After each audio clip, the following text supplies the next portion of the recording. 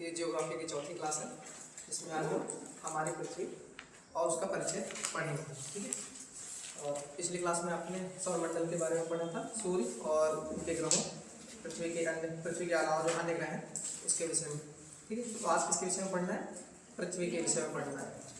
पृथ्वी एक गोलाकार है या समतल है, इसके लिए बहुत सारे विवाद थे। प्राचीन समय में ऐसा माना जाता था कि जो आपकी पृथ्वी है वो कैसी है? समतल है। कैसा है? समतल है। लेकिन एक दार्शनिक हुए थे पाइथागोरस, यूनानी दार्शनिक थे पाइथागोरस। सबसे पहले उन्होंने ही ये बताया था कि जो पृथ्वी है वो गोलाकार है। लेकिन उस समय लोगों ने उनकी बातों को नहीं माना। उस समय पाइथागोरस की बातों को लोगों ने नहीं माना। पाइथागोरस का नाम तो सुना ही होगा, जिन्होंने मैथ में दिया है फॉर्मूला, जो आपका लंब स्क्वायर प्लस आधार स्क्वायर इक्वल कर्ण का स्क्वायर होता है। ठीक है। पाइथागोरस वगैरह। ठीक। तो आगे अरस्तु आते हैं। ठीक है। अरस्तु एक व्यक्ति आते हैं, उन्होंने भी इस चीज़ को फिर एक्सेप्ट किया कि पृथ्वी का जो आकार है वो कैसा है? गोलाकार है। वरामीर है, अरस्तु है और आर्यभट्ट, कॉपरनिकस वगैरह, ये लोग पृथ्वी का आकार कैसा मानते हैं? गोलाकार मानते हैं। पृथ्वी जो होता है हमारे सौरमंडल का एकमात्र ऐसा ग्रह है जिसपे अस्तित्व पाया जाता है, जीवन का अस्तित्व पाया जाता है। बाकी अन्य ग्रहों के जीवन का कोई अस्तित्व नहीं है। इसका प्रमुख कारण क्या है कि पृथ्वी की जो सौरमंडल से दूरी है, ये इसका सबसे प्रमुख कारण माना जाता है कि पृथ्वी की सौरमंडल से सूर्य से दूरी, पृथ्वी की सूर्य से जो दूरी है वो सबसे उचित कारण है कि पृथ्वी पे एक ऐसा पर्यावरण इन्वायरमेंट पाया जाता है कि जीवन यहाँ पे पाया जाए। क्योंकि बाकी अन्य सभी ग्रह कोई या तो बहुत पास में है या तो कोई बहुत दूरी पर है। जैसे आपका बुध है, वहाँ पे तापांतर सबसे ज़्यादा पाया जाता है। और पृथ्वी के बाद मंगल ग्रह को देखेंगे तो मंगल ग्रह पर क्या है? वो अधिक ठंडा है, पृथ्वी की अपेक्षा वो अधिक ठंडा है। पृथ्वी की अपेक्षा क्या है? वो अधिक ठंडा है। जबकि पृथ्वी और सूर्य के बीच की दूरी जो है 149 मिलियन किलोमीटर है। पृथ्वी और सूर्य के बीच की दूरी जो है कितनी है? 149 मिलियन किलोमीटर, जो एक आदर्श स्थिति बनाती है कि पृथ्वी पे जीवन का अस्तित्व पाया जाए। तो सबसे प्रमुख कारण यही है कि पृथ्वी की जो दूरी है और सूर्य का जो तापांतर, लगभग जो दिन के समय ताप का अंतर पाया जाता है वो लगभग 17 डिग्री सेल्सियस होता है दिन और रात के बीच में। तो 17 डिग्री सेल्सियस जीवन के अस्तित्व के लिए एक उपयुक्त टेम्परेचर है, तापमान है। तो पहले इस पर आप लिखना स्टार्ट कीजिए। पृथ्वी सौरमंडल का एकमात्र ऐसा ग्रह है जिस पर जीवन का अस्तित्व पाया जाता है।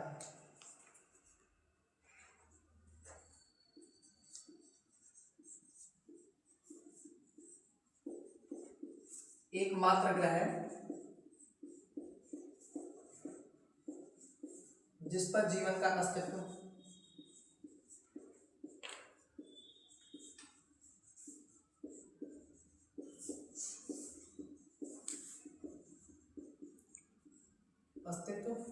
पाया जाता है।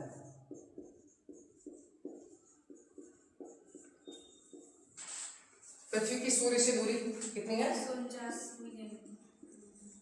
सूर्य से दूरी कितनी है?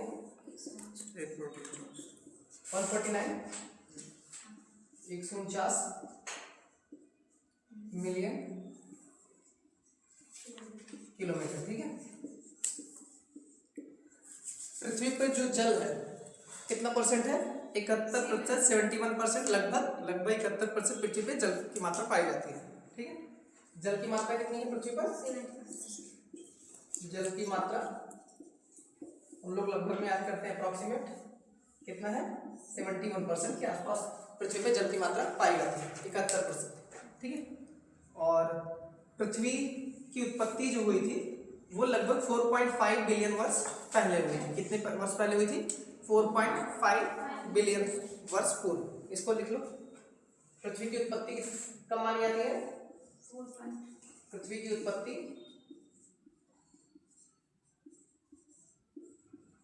4.5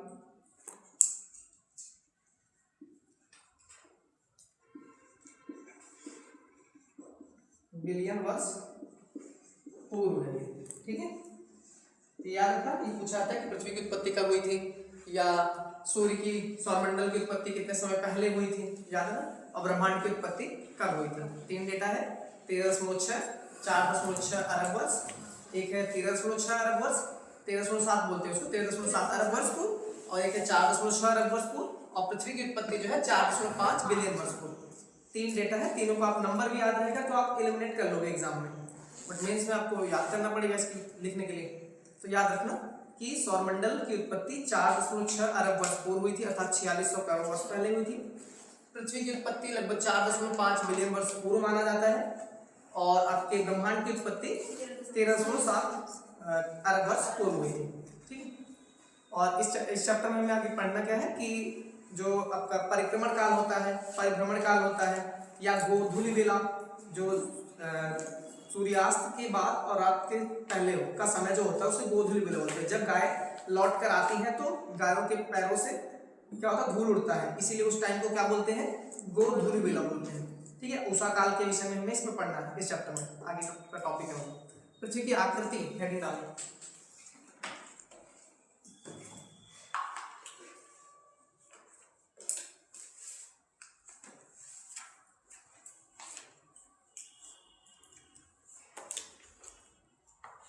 पृथ्वी की आकृति,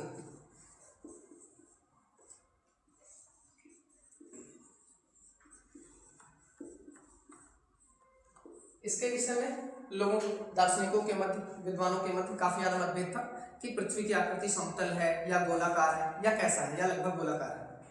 तो प्राचीन समय में इसको समतल माना जाता था, लेकिन आगे समय बीतने के साथ पाइथागोरस आए, उन्होंने फिर इसकी आकृति बताई कि ये गोलाकार है। कैसा बताया उन्होंने, गोलाकार। फिर अरस्तु आते हैं, वराहमिहिर आते हैं, ठीक है, कोपरनिकस आते हैं, ये लोग भी फिर पृथ्वी के आकार को कैसा माने, लगभग गोलाकार इन्होंने माना। तो पृथ्वी की आकृति जो होती है वो जिवायड होती है। कैसी होती है, जिवायड होती है, अर्थात भू आप बोलते हैं उसको, क्या बोलते हैं, इसको लिखिए, पृथ्वी की आकृति कैसी है, जिवायड या भू आप।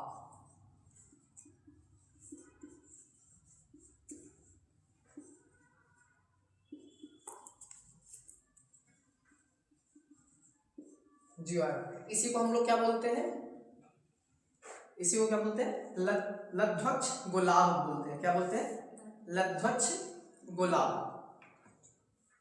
इसी को और किस नाम से जानते हैं, या इसको आप बोल सकते हो, पृथ्वी की आकृति जो है कैसी है, लध्वक्ष गोलाभ, मतलब लगभग अंडाकार में बोल सकते हैं, थोड़ा सा एकदम पूर्ण रूप से अंडाकार, पूरा गोलाकार नहीं है, अंडाकार तो थोड़ा ज्यादा हाइपरबोला हो जाएगा। ये कैसा है, भूआब या जिवायड या लध्वक्ष गोलाभ, इसको हम लगभग गोलाकार पृथ्वी की आकृति को बोल सकते हैं। इसके फिर बहुत सारे प्रमाण दिए गए कि पृथ्वी गोलाकार कैसे है। ठीक है, तो किसी चीज को प्रूव करने के लिए या तो हम उसकी पॉजिटिविटी को स्टार्ट करते हैं तो बताते हैं, दूसरी चीज क्या होती है, मैथमेटिक्स में सॉल्व करते हैं कि हम गलत तरीके से किसी चीज को सॉल्व करते हैं, बट जब लास्ट में ये प्रूफ हो जाता है कि ये गलत है तो हम इसको क्या बोल देते हैं, ये सही है।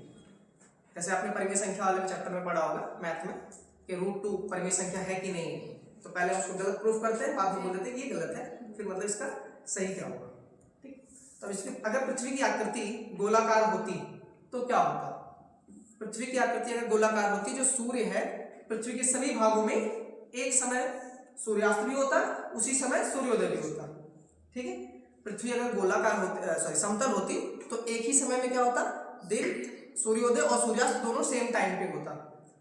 और क्या होता अगर समतल होती, तो जो एक जहाज, जैसे आपने समुद्र में देखा होगा जहाज आती है, मूवी वगैरह में देखा होगा, जहाज जो आती है, स्टार्टिंग में देखोगे तो आप पहले उसको धुआं दिखाई देता है, दूर रहता है, जैसे जैसे जहाज, क्योंकि जहाज दिखाई दे नहीं रहा, बहुत दूर है, तो शुरुआत में सबसे पहले क्या उसका धुआं दिखाई देता है।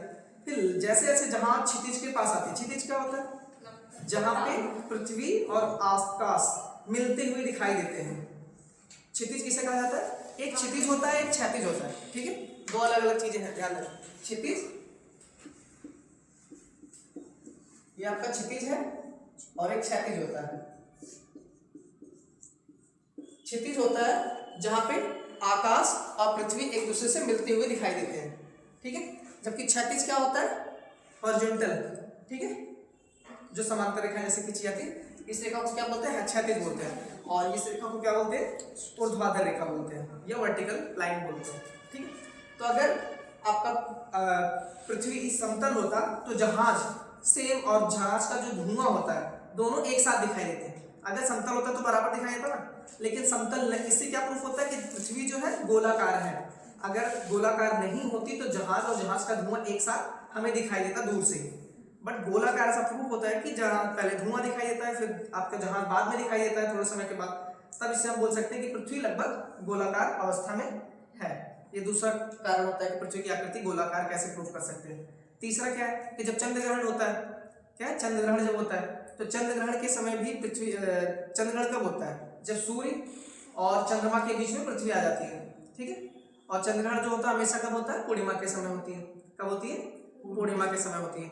चंद्र ग्रहण के टाइम देखा जाता है कि जो छाया पड़ती है, पृथ्वी की छाया जो चंद्रमा पर पड़ती है वो कैसी होती है, लगभग गोलाकार होती है। कैसी होती है, गोलाकार। जो पृथ्वी जो चंद्रमा पर उसकी छाया पड़ती है वो गोलाकार है, और ऐसी जो छाया है सिर्फ कोई गोलाकार वस्तु ही दे सकती है।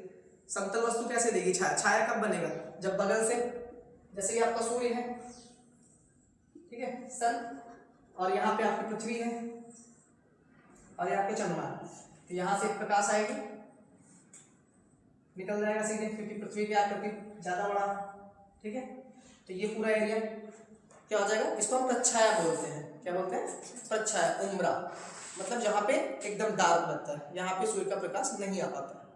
और दूसरा एक किरण ऐसे भी हो जाएगा,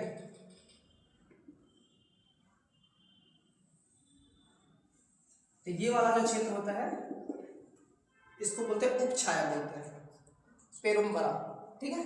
यहाँ पे छाया जो होती है कम पड़ती है, तो इसकी जो यहाँ पे छाया पड़ता है वो आकृति ये दिखाता है कि कोई वस्तु, क्योंकि यहाँ पे छाया कम हुआ, यहाँ पे छाया ज्यादा है, इसका मतलब यहाँ पे कोई समतल अगर होता सीधा तो ये सीधा पूरा का पूरा ही प्रच्छाया होता, मतलब पूरा ब्लैक ही होता। लेकिन इस भाग में थोड़ा सा ऊपर दिखाई दे रहा है ना, यहाँ पे प्रकाश की जो तीव्रता, प्रकाश है वो कम मात्रा में है, जबकि इसके नीचे क्या है, प्रकाश बीच, यहाँ बीच वाले में प्रच्छाया जिसको बोलते हैं।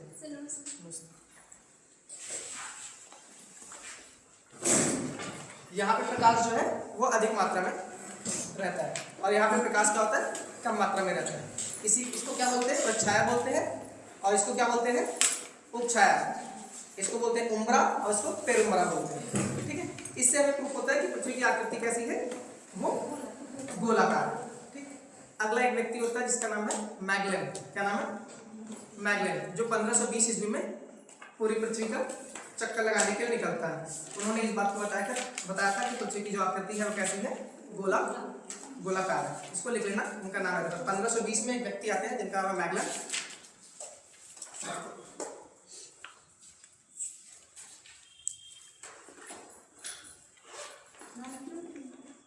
1520 में एक व्यक्ति होता है जिसका नाम क्या है, मैगलेन है।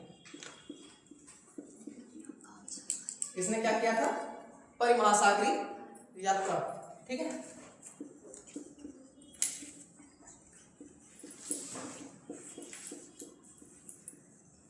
परिमहासागरीय यात्रा की थी, उसके आधार पर उन्होंने बताया था कि पृथ्वी की आकृति क्या है, प्रमाण दिया था कि पृथ्वी की जो आकृति है वो कैसी है, गोलाकार है। तो इनका नाम पूछा था, किसने परिमहासागर पूरी पृथ्वी का चक्कर जो लगाया था वो मैगलेन होते हैं, ठीक है। और कब लगाया था, 1520 ईस्वी में उन्होंने अपना ये प्रमाण दिया था, ठीक है। अगला जो पढ़ना है गोल्डीलॉक्स जोन के बारे में पढ़ना है। क्या है, गोल्डीलॉक्स जोन। गोल्डीलॉक्स जोन ऐसे क्षेत्र को कहा जाता है जहां पे जल की मात्रा पाई जाती है, अर्थात जीवन का अस्तित्व होता है। क्या होता है, जीवन का अस्तित्व।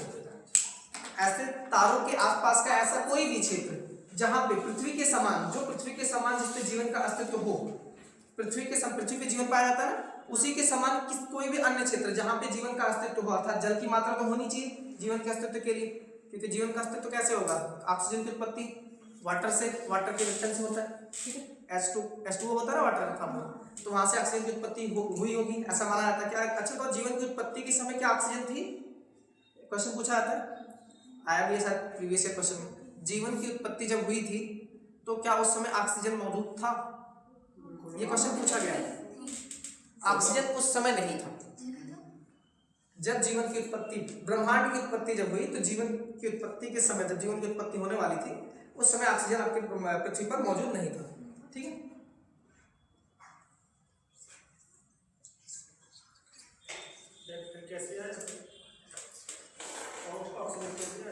हाँ, जब ऑक्सीजन नहीं था, जल था ना,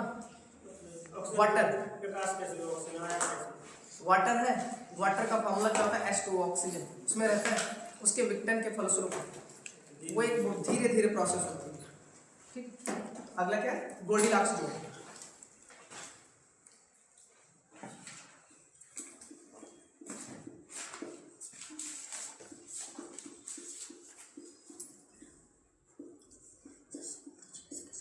गोल्डीलॉक्स जोन ऐसे क्यों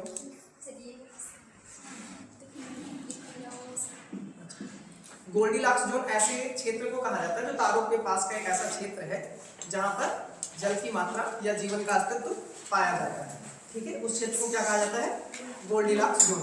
वो पृथ्वी के समान स्थिति वहां पर होती है। ऐसा कोई भी क्षेत्र जहां पर जीवन का अस्तित्व हो या पृथ्वी के समान वहां की जलवायु हो, स्थिति हो, उस क्षेत्र को क्या बोलते हैं? गोल्डीलॉक्स जोन कहते हैं। इसको आप लिखना। यह तारों के आसपास का एक निवास योग्य क्षेत्र होता है। कैसा क्षेत्र होता है? निवास योग्य क्षेत्र होता है। तारों के आसपास मतलब जहां भी तारे हैं उनके ऊपर ग्रह होंगे या उपग्रह कुछ भी है, जहां पे भी जीवन निवास करने योग्य क्षेत्र। निवास करने योग्य मतलब क्या? जीवन का अस्तित्व पाया जाए। ठीक है, इस पे याद रखना गोल्डीलॉक्स जोन ऐसे क्षेत्र को कहा जाता है जहां पे निवास करने योग्य स्थान है। निवास योग्य क्षेत्र। ठीक है, ये निवास करने योग्य क्षेत्र होता है। ठीक है, यह तारों के आसपास का एक निवास योग्य क्षेत्र है। यह तारों के आसपास एक निवास योग्य क्षेत्र है जहां परिक्रमा करने वाले ग्रहों में, यह तारों के आसपास निवास करने योग्य क्षेत्र है।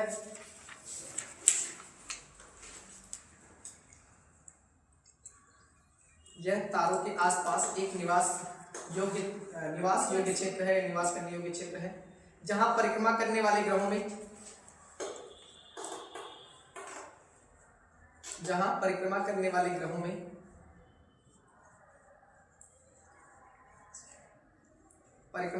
ग्रहों में पृथ्वी के समान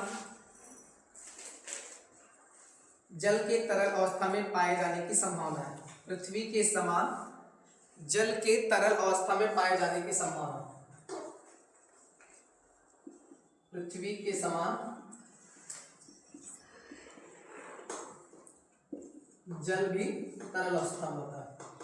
जल के तरल अवस्था में पाए जाने की संभावना।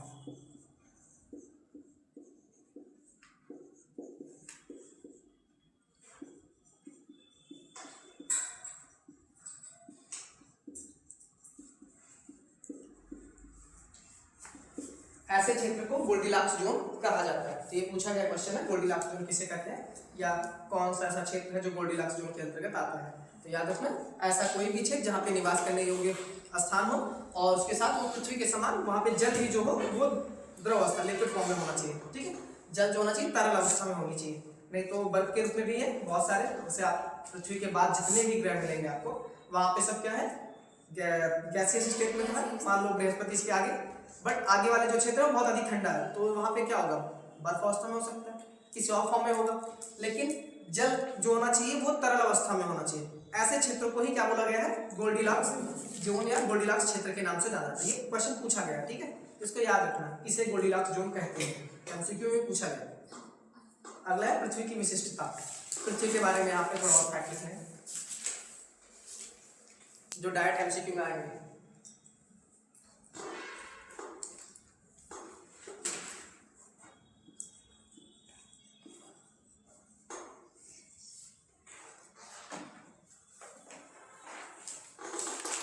क्या? पृथ्वी की विशिष्टता।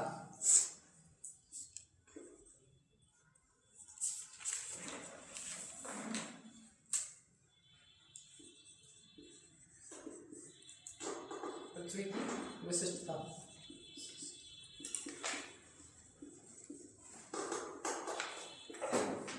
इसमें क्या पढ़ना है?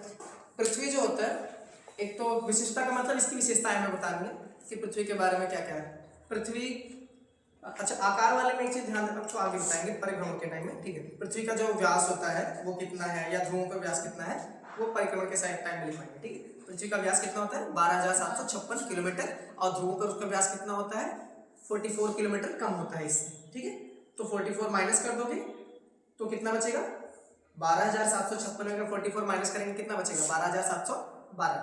ठीक है, 12,712 उसका ध्रुवों पे व्यास होता है और भूमध्य रेखा पे उसका व्यास कितना होता है? 12,756। तो इसको अभी आगे लिखा होगा। ठीक है, पहले इसको लिखना पृथ्वी की विशिष्टता। अच्छा, पृथ्वी कौन से नंबर पे है सौरमंडल में देखा जाए ग्रहों की स्थिति के आधार पे? तो तीसरे नंबर पर आता है। तो ग्रहों की स्थिति के आधार पे देखा जाए तो ये तीसरे नंबर पे आता है।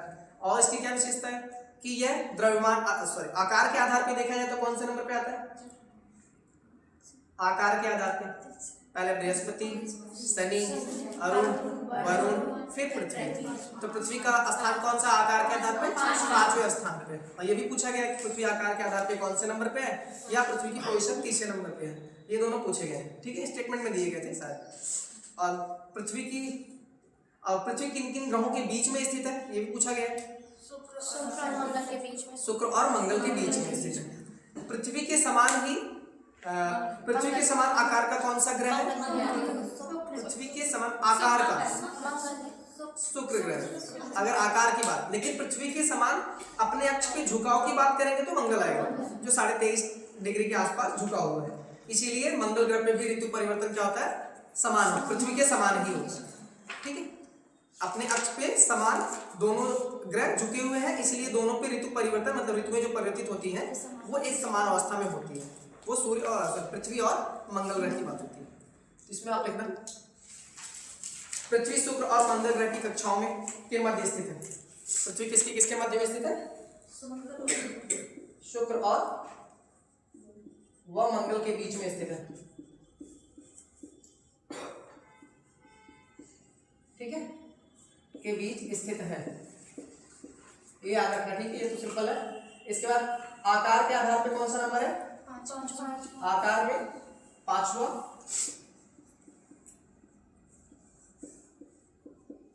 है। और तीसरा पॉइंट क्या है? और तीसरा दूरी के आधार पे कौन सा नंबर पे है? दूरी के आधार पे ये कौन सा नंबर पे है? तीसरा है।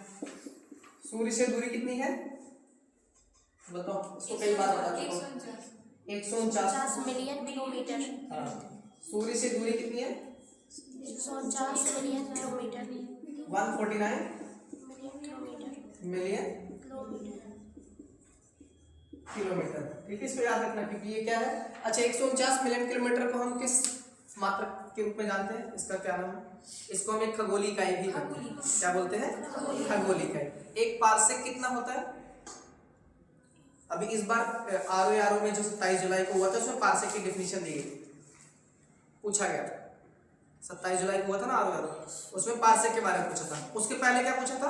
प्रकाश वर्ष के बारे में पूछा था। हो सकता है अगली बार जो एग्जाम हो उसमें खगोलीय इकाई किसे कहते हैं ये लिख के आ जाए। तो खगोलीय इकाई किसे कहते हैं? सूर्य और पृथ्वी के बीच की दूरी, औसत दूरी को, ये औसत दूरी है, ठीक है, कहीं पे ज्यादा कहीं पे कम हो सकता है। तो हम एवरेज लेते हैं 149.5 होता है, 0.5 भी होता है, तो आप 149 याद कर लो, ठीक है।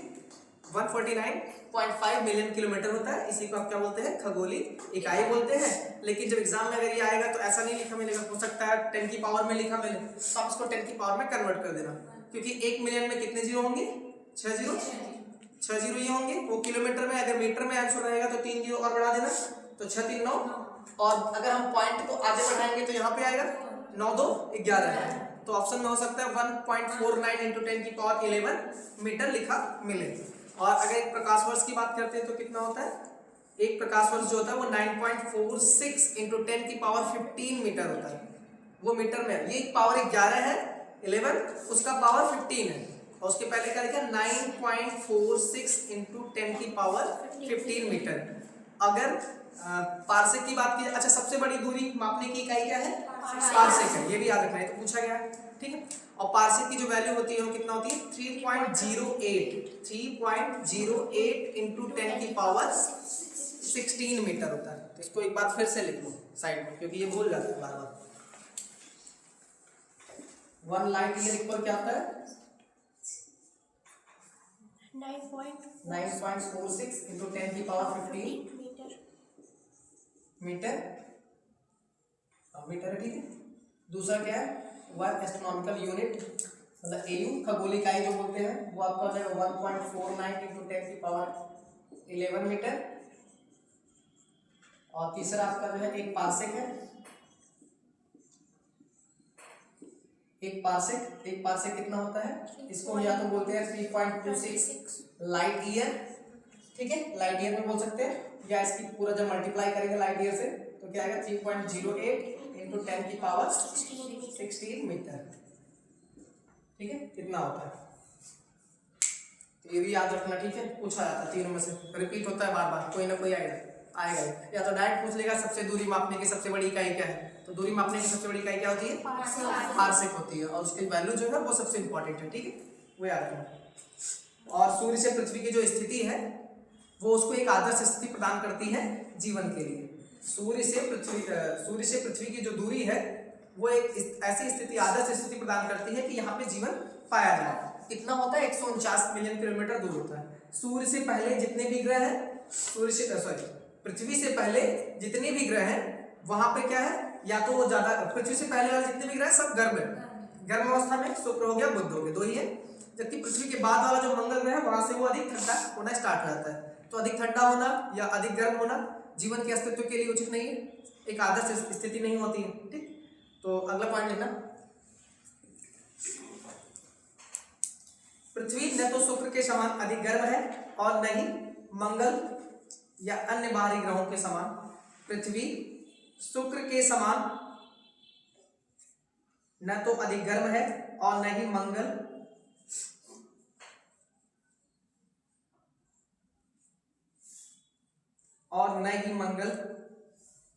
और अन्य बाहरी ग्रहों के समान ठंडी है।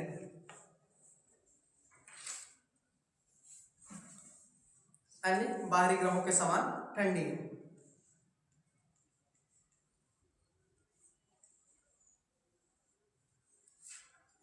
सूर्य के सम्मुख रहने वाले भाग का औसत तापमान 17 डिग्री सेल्सियस होता है। सूर्य के सम्मुख भाग का जो तापमान होता है वो कितना होता है, 17 डिग्री सेल्सियस। ठीक, इसको लिखना, सूर्य के सम्मुख भाग का तापमान कितना होता है, सूर्य के सम्मुख भाग का तापमान, औसत तापमान 17 डिग्री सेल्सियस होता है। कितना होता है, 17 डिग्री सेल्सियस होता है।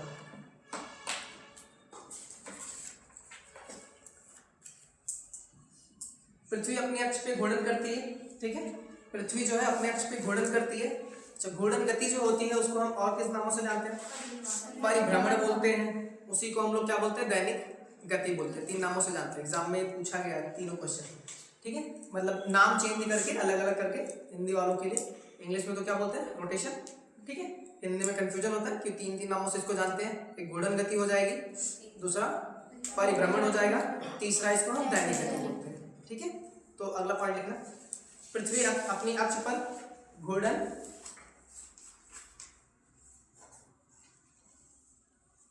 दिन और रात के बीच अधिकतम, पृथ्वी का अपनी अक्ष पर घूर्णन, पृथ्वी का अपनी अक्ष पर घूर्णन दिन और रात के बीच अधिकतम, पृथ्वी का अपनी अक्ष पर घूर्णन दिन और रात के बीच, पृथ्वी का अपने अक्ष पे घूर्णन दिन और रात के बीच अधिकतम तापमान को सहनीय सीमा के अंदर बनाए रखने में, दिन और रात के बीच अधिकतम तापमान को सहनीय सीमा के अंदर बनाए रखने में मदद करता है। अधिकतम तापमान को सहनीय सीमा के अंदर बनाए रखने में मदद करता है, ठीक है। पृथ्वी अपने अक्ष पे घूर्णन करती है जिसकी वजह से दिन और रात होते हैं, ठीक है, और ये जो सूर्य का तापमान है अलग अलग समय में दिन और रात जो होता है उसकी वजह से, क्योंकि पृथ्वी पूरा सूर्य के सामने, सूर्य स्थित है, पृथ्वी घूम रही है, तो जैसे जैसे घूमेगा वो जो गर्म भाग है वो दूसरी साइड जाएगा और ठंडा वाला फिर आएगा, तो एक औसत टेम्परेचर जो है बना रहता है। तो वो जीवन के अस्तित्व के लिए एक आदर्श स्थिति होती है। और पृथ्वी पर जल की जो मात्रा होती है कितना परसेंट होती है, 71% होती है। यहाँ पे लिख लो एक बार, पृथ्वी पर जल का मात्रा कितना है, जल पृथ्वी के कुल क्षेत्र का कितना प्रतिशत है, 71। जल का जो क्षेत्र है वो 71%।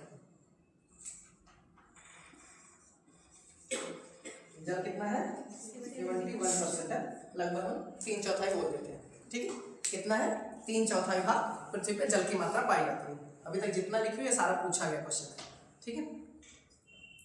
और आगे लिखना,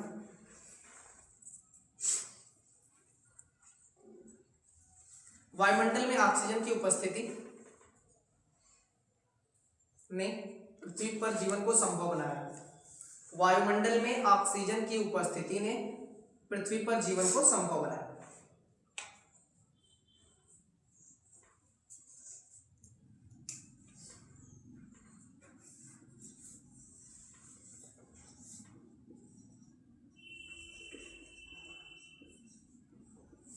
ऑक्सीजन की उपस्थिति यहां पे पाई जाती है।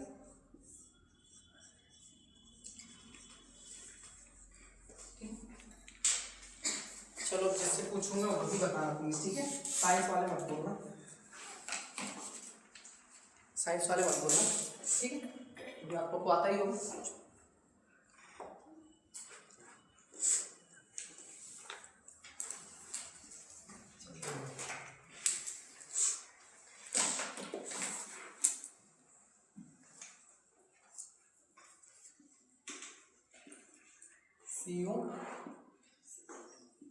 CO2 और इस CO में क्या डिफरेंस है,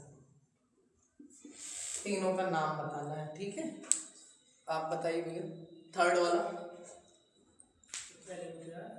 पहले लिखा है CO, दोनों बड़ा लिखा है, ठीक है।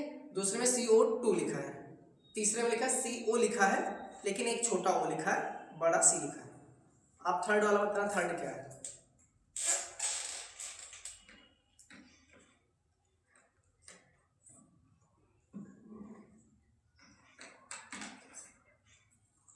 आप बताना।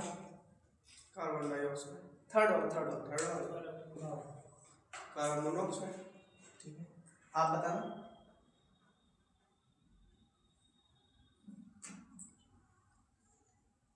थर्ड क्या है, आप बताइए। लास्ट वाला CO, जो छोटा वाला, ठीक है। आप बताइए।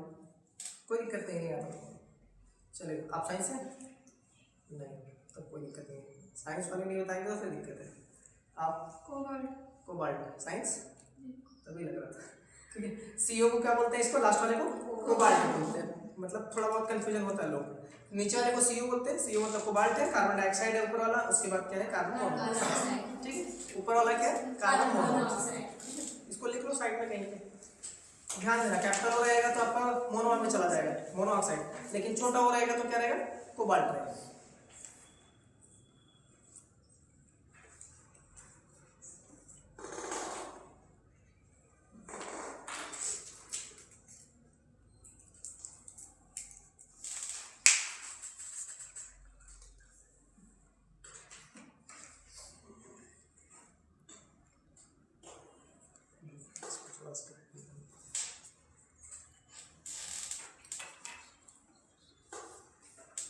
आगे जो पढ़ना है वो पृथ्वी की गतियों के बारे में पढ़ना है। पृथ्वी की गतियां कितनी होती हैं, लगभग हम दो गतियों के बारे में यहाँ पे पढ़ते हैं। एक तो होता है आपका परिक्रमण गति, ठीक है, एक होता है परिभ्रमण गति, रोटेशनल एंड रिवोल्यूशन, ठीक है। अर्थ का मूवमेंट कितना होता है, दो होता है, लेकिन पृथ्वी की गतियां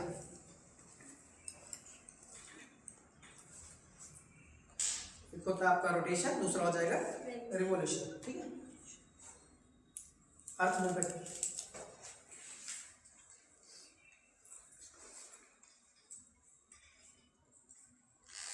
पृथ्वी अपने अक्ष, अभी लिखना कल बता दो। पृथ्वी अपने अक्ष पर घूमती है, पृथ्वी जो अपने अक्ष पर घूमती है उसकी वजह से क्या होता है, दिन और रात होते हैं। दिन और रात अगर होते हैं तो उसका रीजन क्या है, अपने अक्ष पे पृथ्वी के घूमने के कारण होता है। और जब पृथ्वी अपने अक्ष पर घूमती है तो उसको क्या कहते हैं, घूर्णन गति बोलते हैं, क्योंकि अपने एक्सिस पे घूम रही है, इसी वजह से उसका नाम क्या पड़ा, घूर्णन। घूमती है ना, इसलिए उसको क्या बोलते हैं, घूर्णन गति। और दिन और रात होने के कारण इसे हम दैनिक गति के नाम से भी जानते हैं। आपका जो घूर्णन गति होती है उसको और किस नाम से जानते हैं, दैनिक गति। दैनिक गति क्यों कहा गया है, कि उसकी वजह से ही दिन और रात होते हैं, ठीक है। इसका और एक प्रमुख नाम जो है परिभ्रमण गति, इसको बोलते हैं, क्या बोलते हैं, परिभ्रमण। तो परिभ्रमण को इंग्लिश में रोटेशन बोलते हैं, या परिभ्रमण आएगा एग्जाम में, रोटेशन आ सकता है, या घूर्णन गति या दैनिक गति, कुछ भी पूछे आंसर एक ही होगा। क्वेश्चन यही पूछा गया अभी आज तक, तो दिन और रात किसके कारण होता है, तो दिन और रात किसके कारण होता है, परिभ्रमण गति के कारण होता है, ठीक है। अच्छा, दिन और रात छोटी होंगी या बड़ी होंगी, ये परिभ्रमण से पता चलता है या परिक्रमण से पता चलता है। देखो, दिन और रात तो होता है परिभ्रमण के कारण, लेकिन दिन और रात छोटी या बड़ी ऐसा नहीं होता ना, दिन बड़ा है रात छोटी होंगी, तो वो किसके कारण होता है? परिक्रमण के कारण होता है। वो किसके कारण होता है? वो परिक्रमण के कारण होता है। तो ये ध्यान में बहुत छोटा सा माइनर बहुत डिफरेंस है। दिन और रात किसकी वजह से होगा? परिभ्रमण के कारण, या घूर्णन गति या दैनिक गति आप बोल सकते हो। लेकिन अब दिन और रात छोटी या बड़ी होंगी किसके कारण? परिक्रमण के कारण होती है, रोटेशन के कारण, सॉरी रिवॉल्यूशन के कारण। ठीक, और इसमें आप पहले लिखना, पृथ्वी सूर्य के चारों ओर परिक्रमा करती है। पृथ्वी सूर्य के चारों ओर परिक्रमा करती है।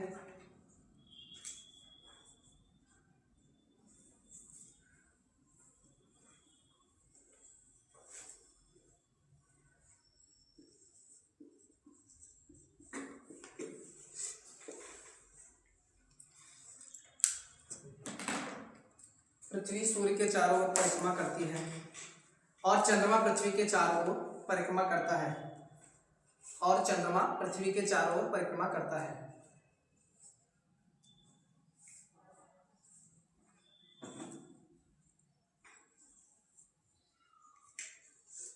और चंद्रमा पृथ्वी के चारों ओर परिक्रमा करता है। पृथ्वी अपनी धुरी पर घूर्णन करती है।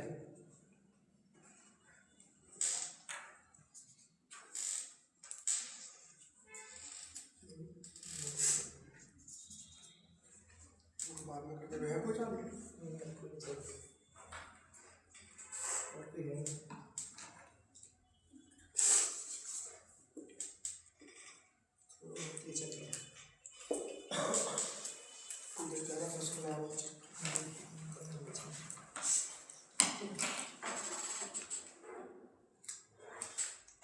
पृथ्वी अपनी धुरी पर भी घूर्णन करती है। ठीक है, पृथ्वी पूरा चक्कर लगाने के साथ साथ खुद अपने, जैसे आपका लट्टू घूमता है ना, वहां भी घूमता है, साथ साथ आगे भी बढ़ता रहता है। तो ऐसा सेम स्थिति पृथ्वी की भी होती है, अपने अक्ष पे घूर्णन करने के साथ साथ सूर्य की भी परिक्रमा करता है। और जो चंद्रमा है वो किसकी परिक्रमा करता है? वो पृथ्वी की परिक्रमा करता है। अगले में हेडिंग है पृथ्वी का परिभ्रमण। पहली गति है पृथ्वी का परिभ्रमण।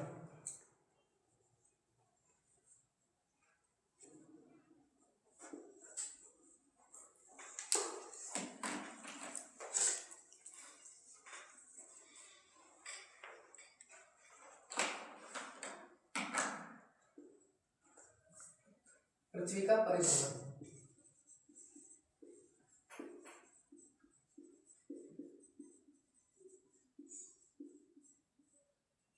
परिभ्रमण को क्या बोलते हैं? रोटेशन। ये रोटेशन मोशन होता है। इसको और किस नाम से जानते हैं परिभ्रमण को?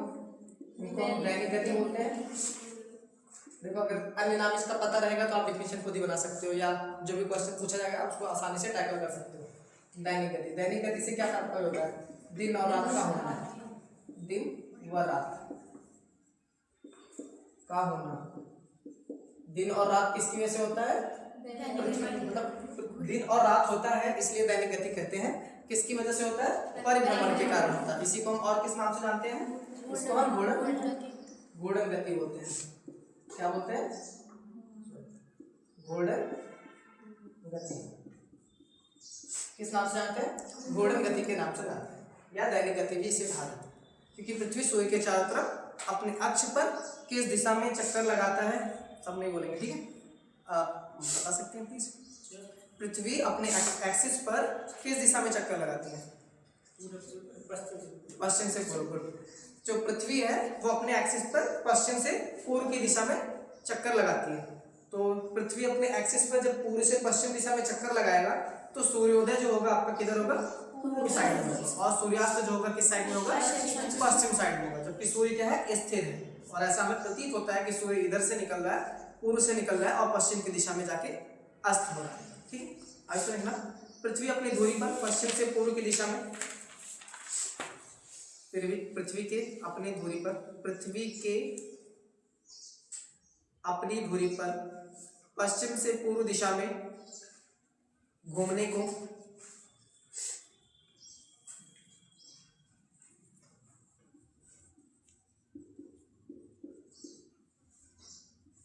पश्चिम से पूर्व दिशा में घूमने को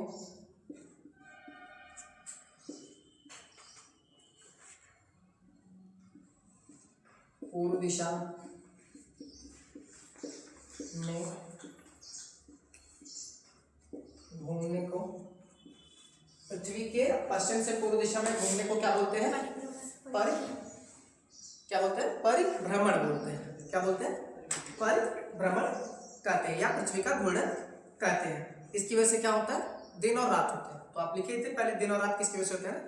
दिन और रात होते हैं, जिसकी वजह से इसको हम क्या बोलते हैं? दैनिक गति के नाम से भी जाना जाता है। तो 3 नाम इसके हैं, परिभ्रमण, दैनिक गति, घूर्णन गति। ठीक है, इतना याद रखना। एक समय में पृथ्वी का केवल एक भाग सूर्य के सामने होगा। ठीक है, जो भाग सामने होगा वहां पे दिन होगा और जो भाग पीछे होगा वहां पे रात होगी। ठीक है, तो ये किसकी वजह से होता है? परिभ्रमण के कारण होता है। और पृथ्वी पश्चिम से पूर्व की ओर घूमती है, ये तो आप पहले देख चुके हो।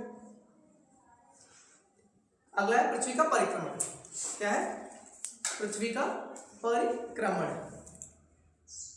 पृथ्वी अपने एक्सिस पे कितने डिग्री पे झुकी हुई है? 23.5 डिग्री झुकी हुई है। ठीक है, इसको याद रखना।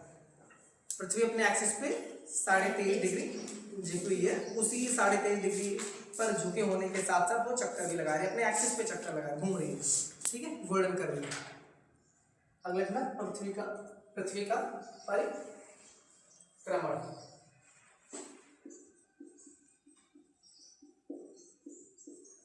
इसको क्या बोलते हैं? रिवोल्यूशन बोलते हैं। क्या बोलते हैं? रिवोल्यूशन। पृथ्वी का सूर्य के चारों तरफ चक्कर लगाना ही परिक्रमण कहलाता है। क्या कहलाता है? पृथ्वी का सूर्य के चारों तरफ चक्कर लगाना परिक्रमण कहलाता है।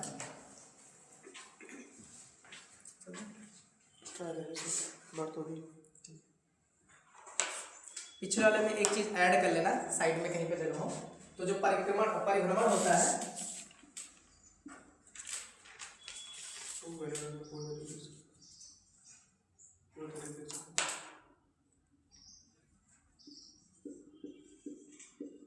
जो पृथ्वी का परिभ्रमण होता है, परिभ्रमण काल वो होता है कितना? पृथ्वी का 23 घंटे 56 मिनट और 4 सेकंड होता है। ये याद रखना। इसको हम लगभग 24 घंटे मानते हैं। क्या मानते हैं? 24 घंटे बोलते हैं। तो पृथ्वी का जब परिभ्रमण जहां लिखे हो वहां पे इसको ऐड कर लेना। ठीक है, पृथ्वी का परिभ्रमण काल कितना होता है? 23 घंटे 56 मिनट 4 सेकंड होता है। तो पृथ्वी का परिभ्रमण काल कितना होता है? 23 घंटे 56 मिनट 4 सेकंड। एक दो बार देख लेना घर पे जाके, याद हो जाएगा। ठीक,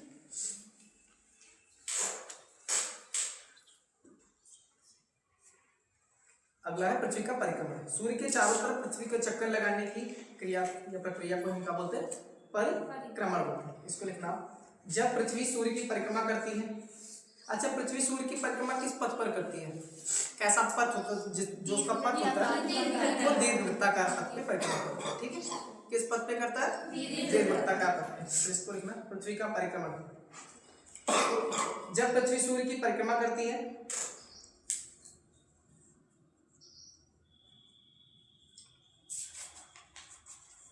जब पृथ्वी सूर्य की परिक्रमा करती है, यह दीर्घवृत्ताकार पथ पर घूमते हुए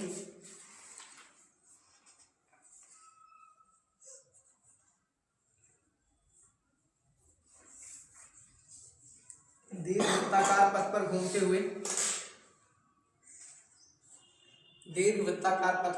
हुए एक संपूर्ण परिक्रमा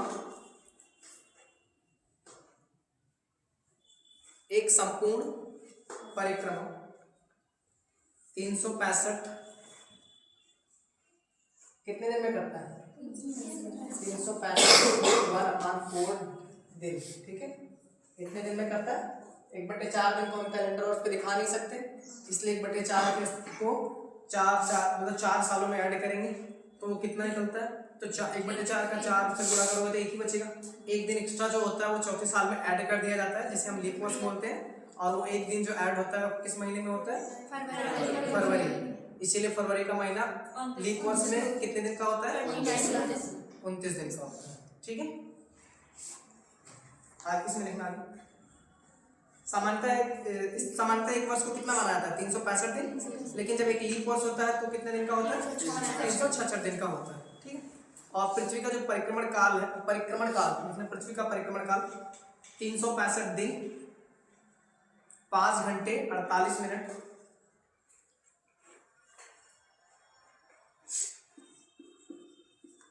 365 दिन 5 घंटे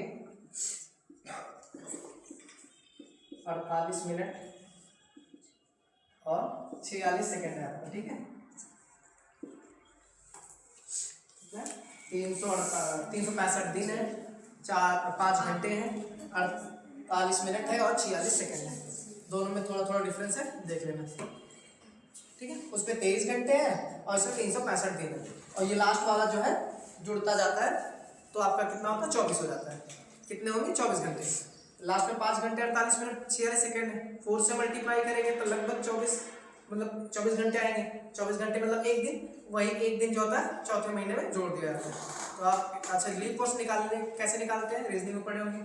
किसी भी महीने को अगर 4 से डिवाइड कर देते हैं तो क्या मिलता है? Leap year. क्या ऐसा हर जगह पॉसिबल है? तो और किससे मल्टीप्लाई डिवाइड करते हैं?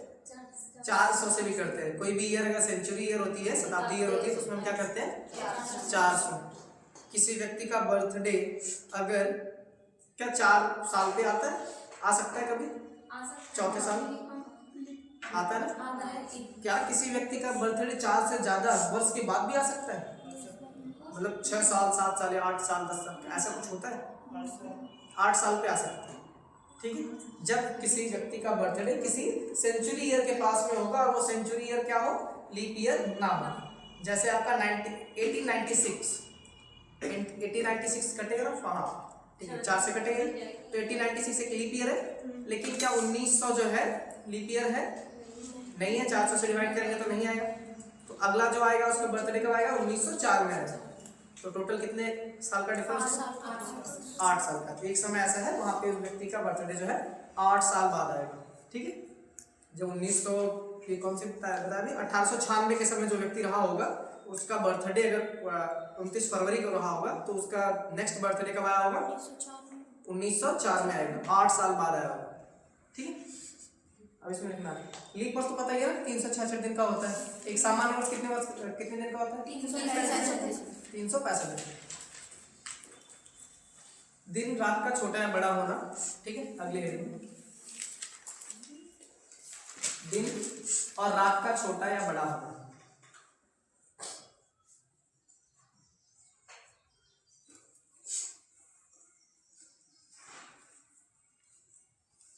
दिन और रात का छोटा या बड़ा होना ये सब किसकी वजह से होता है? दिन और रात जो छोटी या बड़ी होती है किसकी वजह से होती है?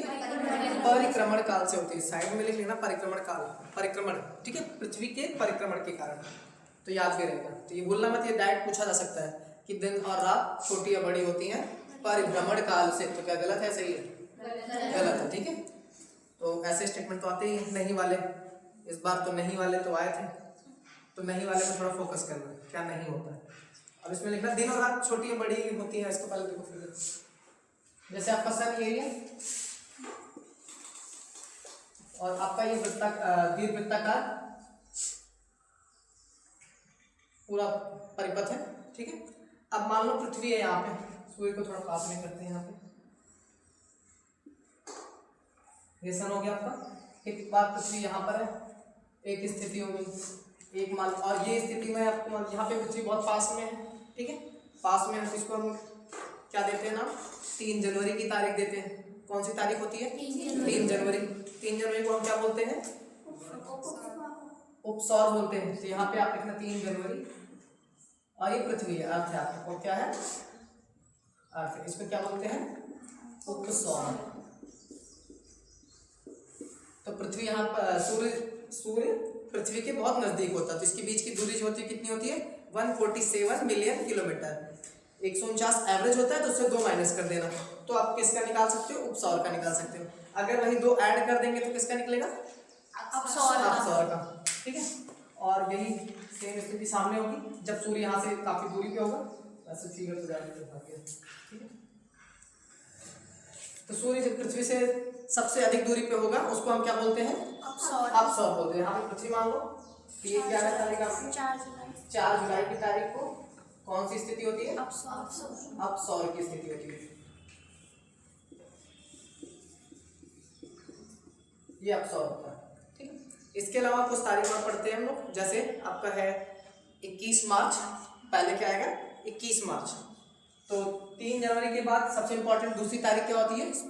21 मार्च होती है। यहाँ पे अगर पृथ्वी इस स्थिति में पहुंच गई है तो इसको बोलेंगे तारीख क्या होगी? 21 मार्च। और इसको क्या बोलते हैं? विषुव बोलते हैं। क्या बोलते हैं? विषुव। विषुव मतलब कौन सा ये विषुव होगा? बसंत का होगा। कौन विषुव है ये? बसंत विषुव है, क्योंकि उत्तरी गोलार्ध में दिन अधिक होता है। 21 मार्च के समय में क्या होगा? सूर्य जो होता है विषुवत रेखा पे सीधी चमकती है, सूर्य का प्रकाश सीधा पड़ता है। और विषुव किसे कहा जाता है? जहाँ पे दिन और रात समान होते हैं, दिन बड़ी होती है लगभग। उत्तरी गोलार्ध में जाएंगे तो इसे हम बसंत विषुव बोलते हैं। और दक्षिणी गोलार्ध में जब जाते हैं, अगर सूर्य की प्रकाश की किरणें हैं जो वापस ऊपर से नीचे फिर दोबारा आती हैं कर्क रेखा के बाद, तो उसे हम किस नाम से जानते हैं? शरद विषुव के नाम से जानते हैं।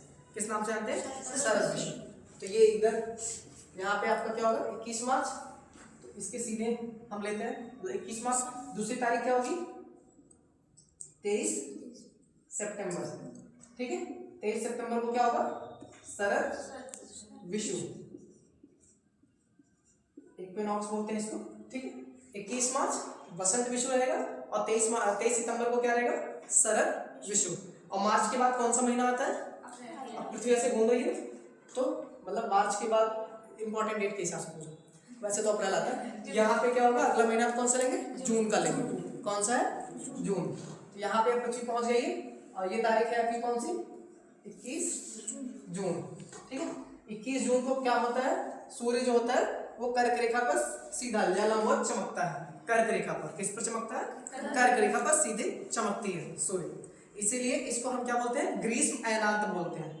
क्या बोलते हैं? ग्रीष्म अयनांत। और इसी को हम लोग उत्तरी अयनांत भी बोल सकते हैं, ठीक है।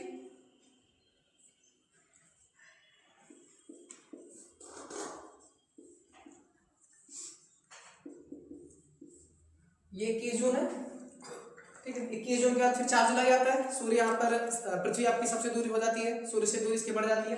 और ये कितना होता है दूरी? 151.5 मिलियन, ठीक है, मिलियन किलोमीटर। और ये आपका सबसे न्यूनतम होता है 147.5 मिलियन किलोमीटर साल, ठीक है। तो ये याद भी रखना। और सूर्य की औसत दूरी कितनी होती है? 149 मिलियन किलोमीटर होती है। तो एक डेट बाकी है ना लास्ट। अब 23 सितंबर आ गया, 4 जुलाई, फिर 23 सितंबर। 23 सितंबर के बाद फिर अगला महीना जो आएगा, मतलब इंपॉर्टेंट पृथ्वी की दूरी के हिसाब से हम याद करते हैं, दिसंबर का। कौन सा मंथ लेना है? दिसंबर। ये जनवरी है तो दिसंबर यहाँ के आसपास ले लो, ठीक है। ये आपका कौन सी तारीख होगा? 22 दिसंबर। इसको हम क्या बोलते हैं? अब सूर्य उधर ग्रीष्म अयनांत में था, इधर आएगा शीत अयनांत में आएगा, ठंडी का महीना आएगा। तो इसको हम क्या बोलेंगे? उत्तरी गोलार्ध के हिसाब से नाम का डिसाइड किया गया है, ये शीत अयनांत।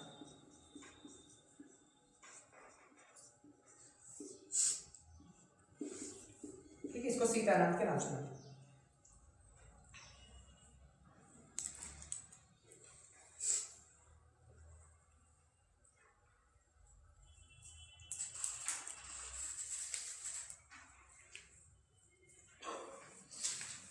ये चार जो भी डेट है, कितने डेट है? 1 2 3 4 5 6, 6 डेट है। 6 के 6 डेट याद रखना, मोस्ट इंपॉर्टेंट है, ठीक है। डायरेक्ट भी पूछे जाते हैं एग्जाम में, एमसी मतलब इसको स्टेटमेंट में भी दे सकते हैं, ठीक है। और कॉन्सेप्ट बना के भी दिया जा सकता है, बता आप कैसे, ठीक है। स्टेटमेंट में भी आ सकते हैं। 2 से 3 बार बस नाम ऐसे, बस डेट पे फोकस कीजिए, रटना नहीं है। 2 से 3 बार देखना है, बस विजुलाइज करो, अपने आप याद आ जाएगा। 3-4 बार देखना, बीच में टाइम निकाल के फिर से रिवाइज कर लेता हूँ। तो ऑप्शन देखने के बाद तो एलिमिनेट कर लेते हैं।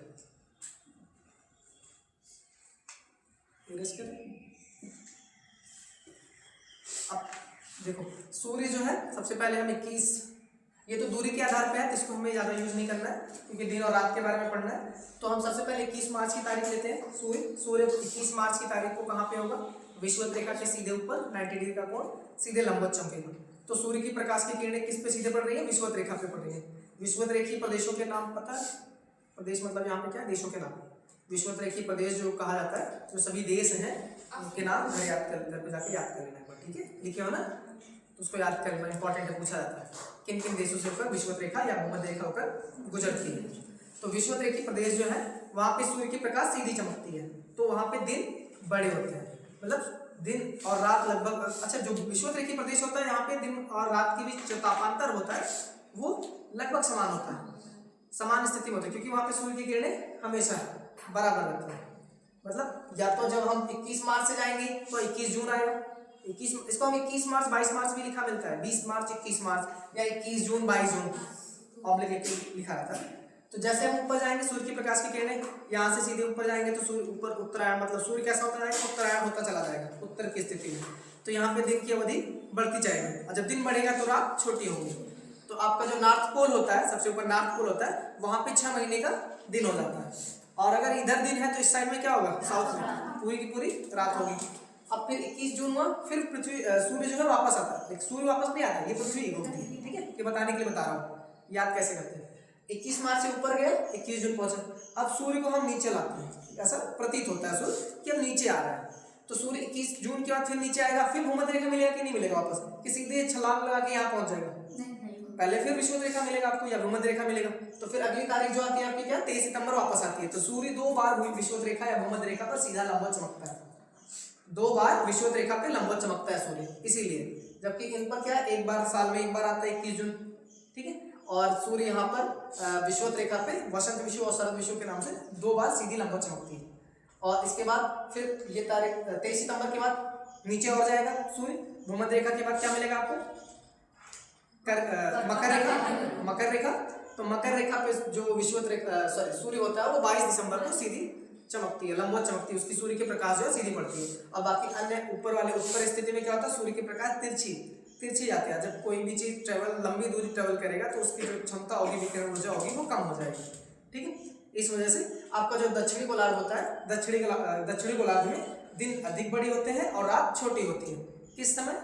ये जो टाइम बता रहा हूँ, शीत अयनांत के टाइम, ठीक है? और जैसे ऊपर देखते हैं वो चीज उसकी अपोजिट होती है, सेम। इधर रात बड़ी होंगी, इधर दिन बड़ा, और अगर दिन इधर रातें बड़ी होंगी तो इधर इस साइड पे दिन बड़ा होगा, ठीक है? ये डेट याद रखना। और इधर सूर्य होगा, जो आपका भूमध्य रेखा होती है वहां पे ताप अधिक पाया जाता है। किसी अगर तापमान ज्यादा रहेगा तो क्या होगा? प्रेशर वहां पे कम रहेगा। अगर तापमान अधिक होता है किसी भी क्षेत्र का तो वहां पे प्रेशर क्या होता है? कम होता है। और तापमान अधिक होने से वहां पे वाष्पोत्सर्जन की क्रिया ज्यादा होगी, ठीक है? वाष्पीकरण ज्यादा होगा वहां पे, ठीक है? वाष्पोत्सर्जन होगा पेड़ों के द्वारा ज्यादा मात्रा में जल का जो अवशोषण किए रहते हैं, और वाष्पीकरण होगा जल का, तो वहां पे बारिश भी ज्यादा होगी। तो ऐसी स्थिति में वहां पे जो वृक्ष पाए जाएंगे सदाबहार होंगे, ठीक है? भूमध्य रेखीय प्रदेश में जो वन होते हैं बहुत घने होते हैं, ठीक है? और वहाँ पे जीवन का जो अस्तित्व होता है बहुत अच्छा है। जैव विविधता वहाँ पे सबसे अधिक पाई जाएगी। जैव विविधता सबसे ज़्यादा कहाँ पे पाई जाती है? भूमध्य रेखीय प्रदेश में। क्वेश्चन आया था कि स्टेटमेंट जहाँ तक मुझे याद आ रहा है कि भूमध्य रेखा से ध्रुवों की तरफ बढ़ने पर जैव विविधता घटती है या बढ़ती है? घटती है। जैसे भूमध्य रेखा पे सबसे अधिक है तो हम ध्रुवों की तरफ जाएंगे, चाहे नीचे चाहे ऊपर, तो जैव विविधता क्या होगी? घटती जाएगी। सबसे अधिक जैव विविधता कहाँ पाई जाती है? भूमध्य रेखा। किसी भी जीवन के अस्तित्व के लिए तापमान बहुत जरूरी है। जहाँ पे तापमान ज्यादा होता है वहाँ पे जनसंख्या भी ज्यादा होती है, या जैव विविधता जो है वहाँ पे ज्यादा पाई जाती है। ठंडे प्रदेशों में देखो जनसंख्या कम रहती है, जबकि गर्म प्रदेशों में अपेक्षाकृत ज्यादा जनसंख्या रहती है, ठीक है?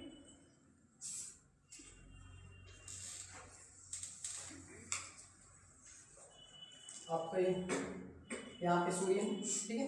एक बार सूर्य यहाँ पे चमकेगा, अब सूर्य इधर है, यहाँ पर है सन, ठीक है? ये सन है, इसकी तारीख क्या है? 21 मार्च। फिर सन ऊपर गया तो वापस यहाँ पे क्या मिलेगा? 21 जून, जून है ना? फिर वापस सन आता है यहाँ पर फिर क्या तारीख मिलेगा 23 सितंबर से। फिर सूर्य यहाँ से फिर वापस नीचे आएगा 22 दिसंबर। फिर वापस वही महीना स्टार्ट हो जाता है, रिपीट होता है। तो सूर्य एक बार ऊपर जाता है, फिर नीचे वापस ये महीना दोबारा रिपीट होता है, इसीलिए 2 बार ये चीज मिलती है। 2 नंबर मिलते हैं ना, तो भूमध्य रेखा पे सूर्य कितनी बार मिले, ऊपर गया फिर वापस आया, फिर ये बीच वाली लाइन फिर कॉमन हो गई ना 2 बार। सूर्य जबकि ये ऐसा प्रतीत होता है, सूर्य नहीं जाता है, ठीक है, सूर्य स्थिर है, पृथ्वी घूमती है। कौन चक्कर लगा रहा है, पृथ्वी चक्कर लगा रही है, ठीक है। तो सूर्य पहले यहाँ 21 मार्च, फिर 21 जून को ऊपर पहुंचा, फिर वापस आया 23 सितंबर आया, फिर और नीचे गया सूर्य, तो यहाँ पे 22 दिसंबर है, ठीक है। डेट याद रहेगा, डेट तो याद रहेगी। जब सूर्य 21 जून को कर्क रेखा पर लंबवत चमकती है, तो क्या होता है, जो कर्क रेखा वाला क्षेत्र होता है ऊपर उत्तरी गोलार्ध में दिन अधिक बड़े होते हैं और रातें छोटी होती हैं, ठीक। और उत्तरी ध्रुव पे रात दिन जो होता है 6 महीने का होता है, जबकि दक्षिणी गोलार्ध में जब सूर्य जाता है तो वहां पे दिन क्या होते हैं, बड़े हो जाते हैं और रातें छोटी हो जाती हैं। अर्थात इसका अपोजिट हम सेम अगर उत्तरी गोलार्ध के परिप्रेक्ष्य में पूछा जाएगा तो अपोजिट बोलेंगे कि अगर ये पूछा जाए क्वेश्चन कि सूर्य अगर दक्षिणी गोलार्ध में मकर रेखा पर लंबवत चमक रही है तो कर्क रेखा पे दिन बड़े होंगे या रातें, रात बड़ी होंगी दिन छोटे होंगे, ठीक है। और जो आपका दक्षिणी पोल होगा, जो साउथ पोल है दक्षिणी ध्रुव, वहां पे 6 महीने का दिन होगा अगर मकर रेखा पे सूर्य लंबवत चमक रहा है, ठीक है। तो कौन सा ऐसा क्षेत्र है जहां पर 6 महीने की रात या 6 महीने के दिन होते हैं, उत्तरी ध्रुव और दक्षिणी ध्रुव। कहाँ पे दिन और रात बराबर होते हैं, विषुवत प्रदेश में दिन और रात बराबर होते हैं। कहाँ पे तापांतर एक समान रहता है, तापों का अंतर लगभग एक समान रहता है। जैसे उत्तरी ध्रुव में सूर्य गया तो वहां पे ताप बढ़ गया, लेकिन वापस नीचे आया तो ताप बहुत ज्यादा कम हो गई, तो डिफरेंस वहां पे ज्यादा है। लेकिन कौन सा ऐसा क्षेत्र है जहाँ पे तापों का अंतर जो है वर्ष भर एक समान रहता है, तापांतर मतलब क्या, दिन और रात के बीच तापों का अंतर वर्ष भर लगभग एक समान रहता है। तो आपका विषुवत रेखीय प्रदेश होगा, क्योंकि वहां पे सूर्य ऊपर जा रहा है तब भी लगभग उतना ही पड़ रहा है, नीचे आ रहा है तब भी उतना पड़ रहा है, तो दोनों स्थिति में तापों का अंतर वहां पे समान रहता है। तापांतर से एक क्वेश्चन बताइए कि कौन सा ऐसा ग्रह होता है जहाँ पे तापों का अंतर एक समान है, तापों का अंतर सबसे अधिक होता है, बुध ग्रह। बुध ग्रह पे तापों का अंतर 600 डिग्री सेल्सियस होता है। सबसे अधिक तापों का अंतर कहाँ पे पाया जाता है, तापांतर। तापांतर का मतलब होता है दिन और रात के बीच तापों के बीच अंतर, ठीक है। दिन के समय में ज्यादा डिग्री सेल्सियस तापमान रहता है और रात के समय में बहुत अधिक ठंडा रहता है। ऐसा प्रदेश भारत में कौन सा है, आपका मरुस्थल वाला क्षेत्र, थार का मरुस्थल। सबसे ज्यादा घनी आबादी वाला मरुस्थल किसे कहते हैं, सबसे ज्यादा घनी आबादी, आबादी मतलब क्या, जहाँ पे जनसंख्या ज्यादा मात्रा में पाई जाती है, उस बेस आधार पे अगर पूछा है, क्वेश्चन पूछा गया पीवाईक्यू में, ठीक है, पीसीएस में यूपी पीसीएस पूछा गया था कि कौन सा ऐसा प्रदेश है या कौन सा ऐसा मरुस्थल है, मरुस्थल पूछा था कि कौन सा ऐसा मरुस्थल है जहाँ पे सबसे ज्यादा घनी आबादी, मतलब आबादी सबसे अधिक पाया जाता है।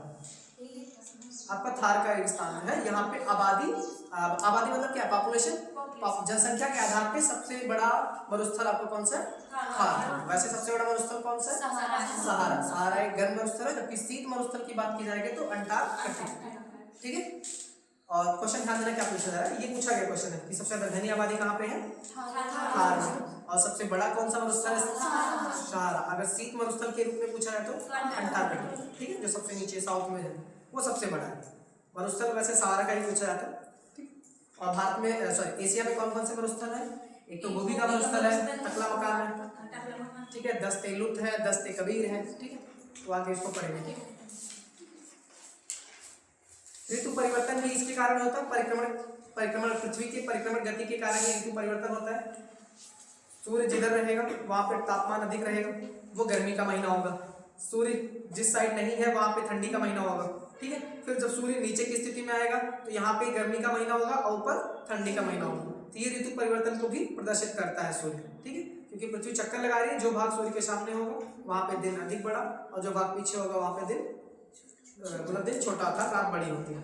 जैसे जैसे चक्कर लगाता जाएगा, क्योंकि सूर्य और पृथ्वी जो चक्कर लगा रहा है दीर्घवृत्ताकार पथ पे लगा रहा है, अलग अलग स्थानों पे दूरी अलग अलग है, ठीक है। इस वजह से ऋतु परिवर्तन मतलब जो ऋतुओं का परिवर्तन होता है उसका रीजन एक प्रमुख कारण क्या है, परिक्रमण गति। परिक्रमण गति के कारण ऋतु परिवर्तन होता है। और शरद ऋतु कब होता है,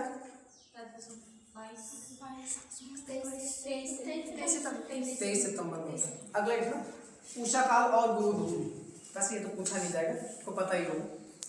उषा काल क्या होता है? उषा काल एवं गोधूली।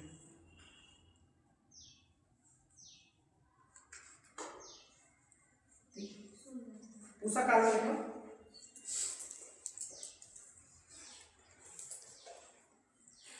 सूर्योदय और दिन के उजाले के बीच छोटी अवधि।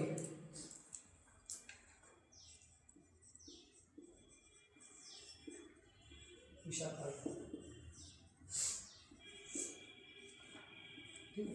ये सूर्योदय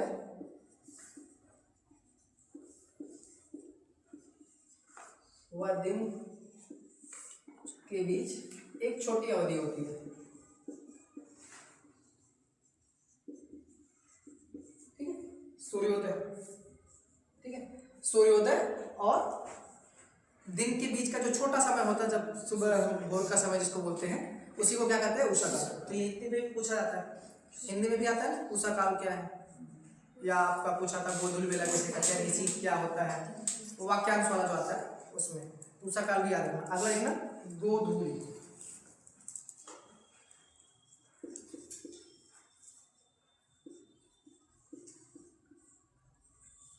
ठीक है, इसको क्या होता है? ट्विलाइट।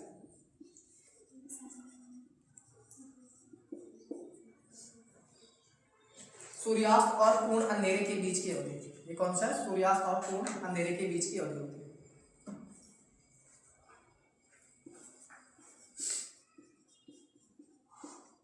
सूर्यास्त व पूर्ण अंधेरे के बीच की अवधि है।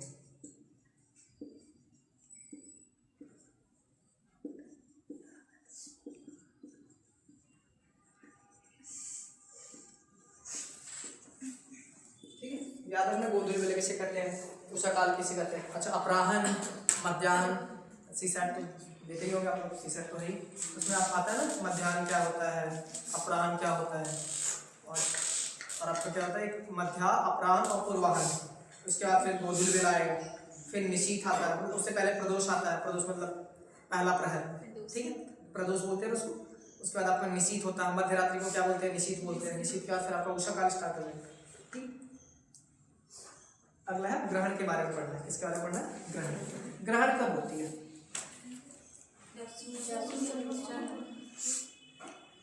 जब सूर्य, पृथ्वी और चंद्रमा तीनों एक सीध में होते हैं, उस स्थिति में क्या होता है? ग्रहण। ग्रहण कौन सी स्थिति में होती है? जब सूर्य, पृथ्वी और चंद्रमा तीनों एक सीधी में, एक सीधी रेखा में होती है। और ये जो एक सीधी रेखा में तीनों होते हैं ना, इसी को सिजगी बोला जाता है। क्या बोलते हैं? सिजगी बोला जाता है। ये क्वेश्चन आया था सीडीएस में, एनडीए में पूछा गया था। किससे पूछा गया था? सीडीएस या एनडीएस में। एक स्टेटमेंट में दिया था कि युद्ध वियतु किसे कहते हैं? युद्ध वियतु मतलब सिजगी बोलते हैं इंग्लिश में। ठीक है, हाँ, एक वर्ड है युद्ध वियतु, उसको हम इंग्लिश में क्या बोलते हैं? सिजगी बोलते हैं। तो उसमें लिखा रहता था, ये मतलब ब्रैकेट में सिजगी लिखा हुआ था। एनडीए 2016 में पूछा गया था कैसा क्वेश्चन। अरे ना, ग्रहण।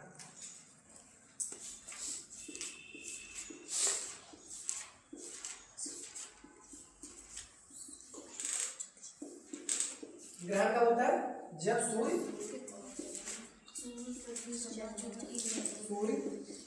पृथ्वी, चंद्रमा तीनों एक सीध में होते हैं। ठीक है, जब सूर्य, पृथ्वी और चंद्रमा एक सीधी रेखा में होते हैं।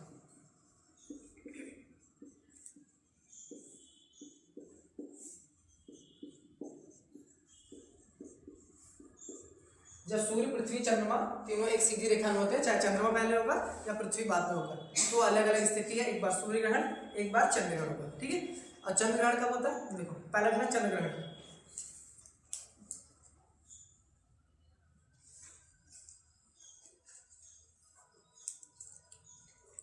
ठीक है, क्या लिखा? पहले चंद्र ग्रहण। चंद्र ग्रहण लूनर इक्लिप्स बोलते हैं। ठीक, उसको लूनर बोलते हैं ना चंद्रमा को, तो लूनर इक्लिप्स, चंद्र ग्रहण।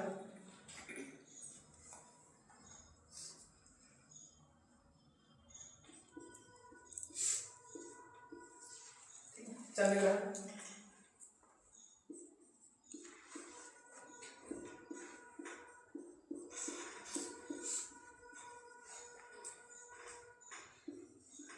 लूनर चंद्र ग्रहण की स्थिति कब होगी? जब सूर्य, चंद्र ग्रहण का मतलब क्या हुआ कि चंद्रमा पे प्रकाश, ठीक है, ना पहुंचे, उस स्थिति को क्या बोलेंगे? चंद्र ग्रहण। और जब पृथ्वी पर प्रकाश सूर्य का नहीं पहुंचता तो उसको क्या बोलते हैं? सूर्य ग्रहण। मतलब जो चीज हमें ना दिखाई दे।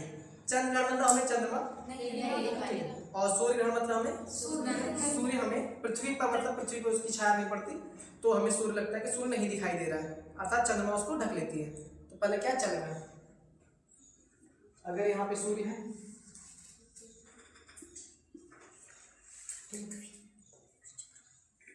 ये आपका पृथ्वी हो जाएगा, अगर कहीं पे मून है आपका, ठीक है। अब सूर्य के प्रकाश की किरणें आएंगे सीधे,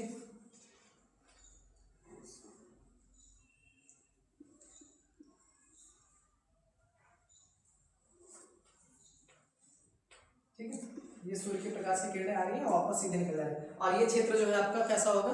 पूरा एकदम डार्क, यहाँ पे छाया बनेगी। और एक ऐसे प्रकाश तो इधर से भी जाएंगे क्योंकि पृथ्वी गोलाकार है, चारों तरफ से प्रकाश जाएंगे, जो सीधे आएंगे वापस रिटर्न हो जाएंगे, और कुछ बगल से आएंगे जो सीधे इस साइड निकल जाएंगे, ठीक है। इस क्षेत्र में प्रकाश निकलेंगे। जो ये वाला क्षेत्र होता है,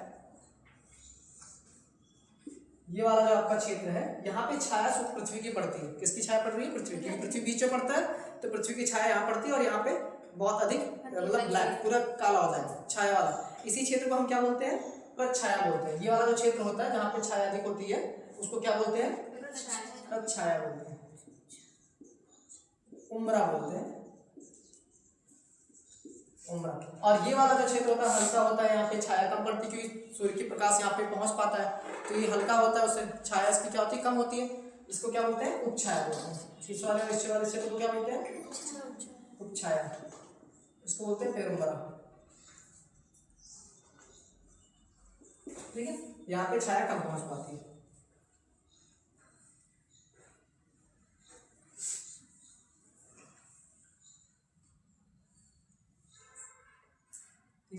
लिखो लिखो, जब सूर्य, पृथ्वी और चंद्रमा एक सीधी रेखा में होते हैं, सूर्य, पृथ्वी और चंद्रमा एक सीधी रेखा में होते हैं। कैसे हो? एक सीधी रेखा में होते हैं। बनेंगे, बना दो आराम से, कोई दिक्कत नहीं। जब सूर्य, पृथ्वी और चंद्रमा एक सीधी रेखा में होते हैं और पृथ्वी, सूर्य और चंद्रमा के बीच आ जाए, और पृथ्वी, सूर्य और चंद्रमा के बीच आ जाए,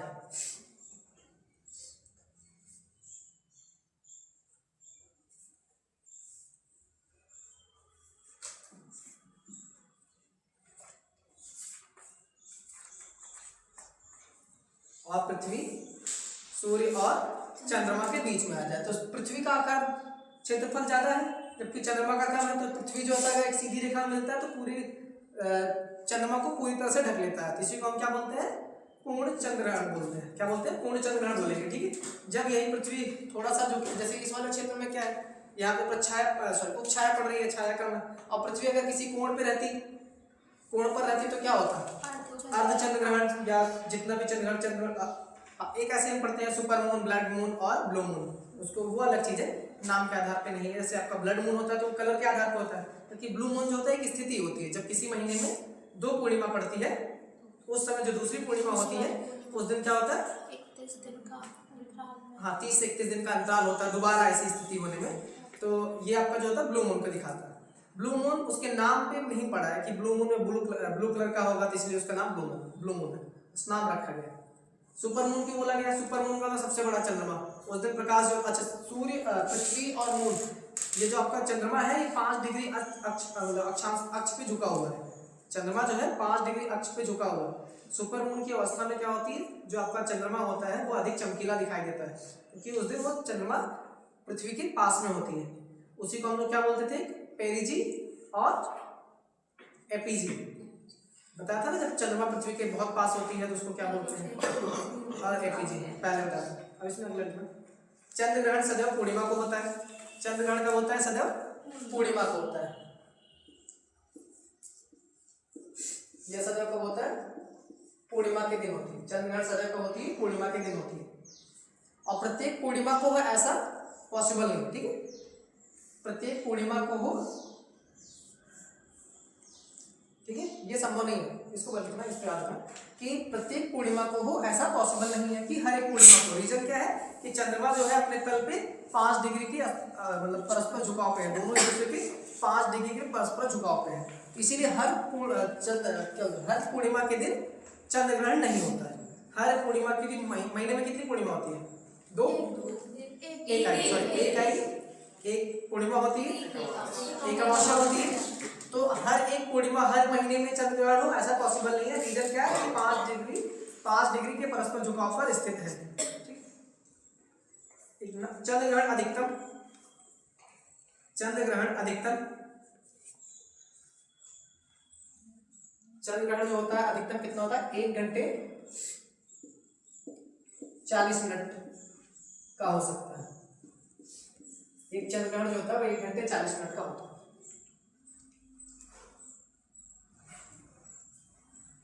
कितना होता है? 1 घंटे 40 मिनट। अब वो लिखना सुपर मून। सुपर मून ये पूछा जा सकता है चंद्रग्रहण का, ध्यान देना।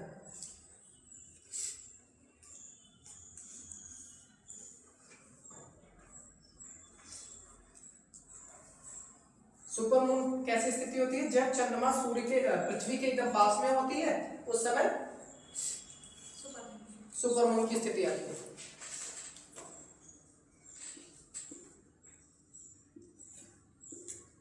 इसके विषय में, इसमें चंद्रमा पृथ्वी के सबसे पास होता है। इसमें चंद्रमा पृथ्वी के सबसे पास होता है।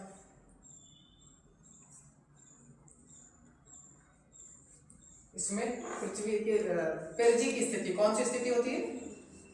पेरिजी। पेरिजी मतलब पता है? जब चंद्रमा पृथ्वी के पास, तो उसको क्या बोलते हैं? पेरिजी। और जब चंद्रमा पृथ्वी के दूर होता है तो एपीजी बोलते हैं। जैसे उधर उपसौर और अपसौर, पेरिहिलियम अपहिलियम, ठीक है? पेरिजी। जब चंद्रमा पृथ्वी के सबसे पास होता है उस स्थिति में क्या होता है कि जो आपका चंद्रमा है वो 14% अधिक बड़ा दिखाई देता है। जितना बड़ा चंद्रमा दिखाई दे रहा है उससे 14% अधिक बड़ा दिखाई देता है। और लगभग 41% क्या, लगभग कितना, 30%, कितना, 30% लगभग चमकीला अधिक दिखाई देता है। और 30% अधिक चमकीला दिखाई देता है, ठीक है? जो भी चंद्रमा है 30% अधिक चमकीला दिखाई देगा जिस स्थिति में, या 14% अधिक बड़ा दिखाई देता है, उस स्थिति को हम क्या बोलते हैं? सुपर मून की स्थिति बोलते हैं। कौन सी स्थिति है? Super moon.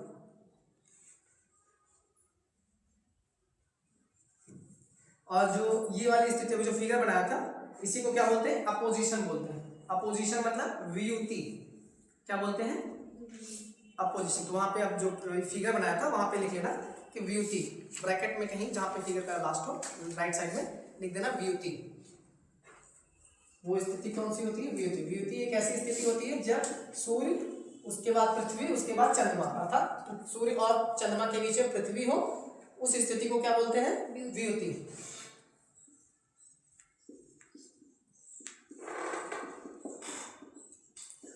अपोजिशन, ठीक है?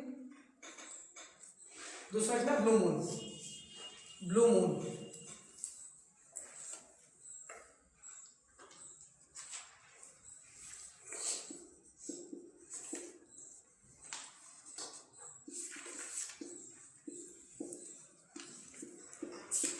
क्या होगा?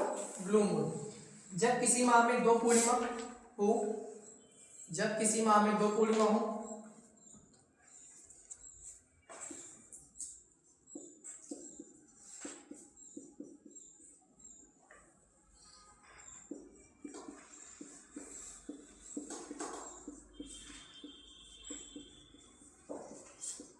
जब किसी माह में कितनी पूर्णिमा हो? 2 पूर्णिमा हो, तो दूसरी पूर्णिमा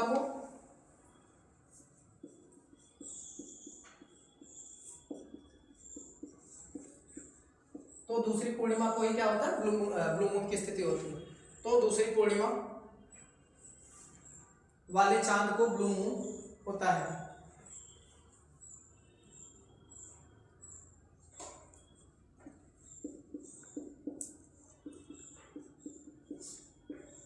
तो दूसरी पूर्णिमा वाले चांद को ही क्या होता है, ब्लू मून होता है। ब्लू मून कब होता है, जब किसी महीने में 2 पूर्णिमा हो। दूसरी पूर्णिमा को क्या बोलते हैं, ब्लू मून कहते हैं। लेकिन उस महीने में कम से कम कितनी पूर्णिमा होनी चाहिए, 2।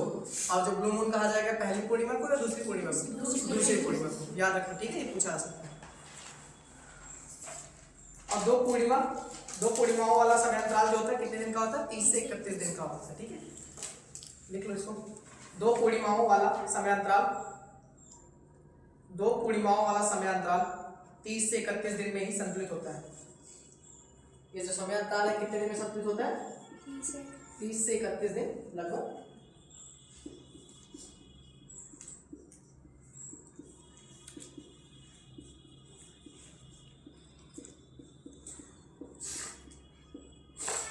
से 31 दिन में संतुलित होता है। इसका नीले रंग से कोई संबंध नहीं है, ठीक है, ध्यान रख, कलर से इसका कोई संबंध नहीं है कि इसका नाम ब्लू मून है तो इसका कलर भी नीला होता है, ठीक है। जबकि अभी ब्लड मून का पढ़ेंगे तो ब्लड मून का नाम उसके कलर से है, क्योंकि उसका रंग होता है लाल रंग का हो जाता है, इसलिए उसको क्या बोलते हैं, ब्लड मून बोलते हैं। जबकि ब्लू मून को ब्लू कलर होने की वजह से नहीं बोलते, ठीक है, इसका नाम रखा गया ब्लू।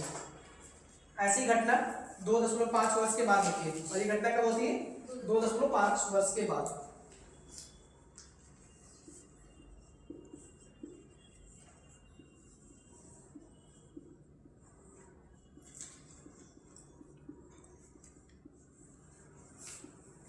और एक पूर्णिमा कितने दिनों का होता है, 15 दिनों का, मतलब पूरा प्रोसेस होता है। और किसी महीने में तो पूर्णिमा तभी आएगा जब लगभग 29 से अधिक दिन हो, लगभग 29 से अधिक दिन होने चाहिए, लगभग 30 हम बोलते हैं। 29 दशमलव कितना होता है, 29.5 दिन का, कितना होता है, 29.5 दिन का अगर कोई महीना है तो उसमें 2 पूर्णिमा हो सकती है। बट क्या अब ऐसा क्वेश्चन पूछना है कि ये बताओ किस महीने में पूर्णिमा नहीं हो सकती, फरवरी के महीने में पूर्णिमा नहीं हो सकती, ठीक है।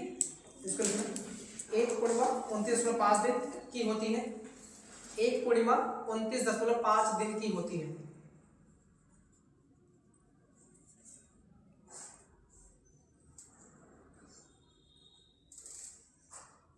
अतः फरवरी में ब्लू मून कभी नहीं होगा।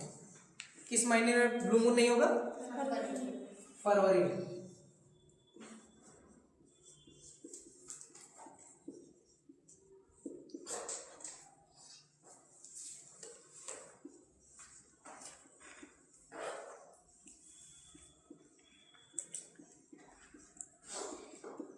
कभी नहीं होगा।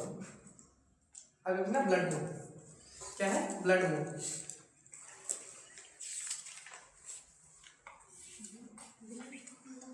ब्लड मून लाल चंद्रमा बोल सकते हैं।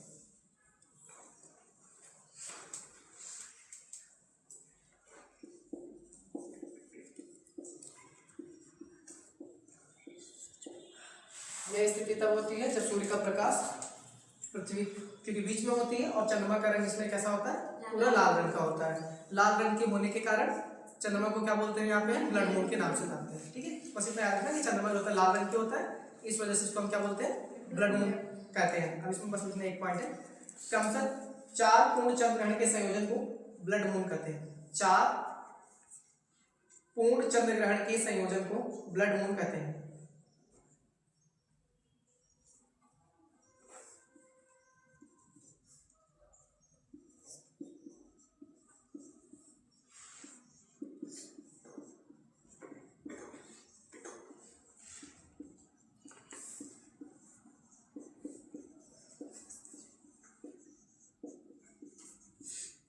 चार पूर्ण चंद्र ग्रहण के संयोजन को क्या कहा जाता है, ब्लड मून कहा जाता है, ठीक। अगला टॉपिक है सूर्य ग्रहण, लास्ट है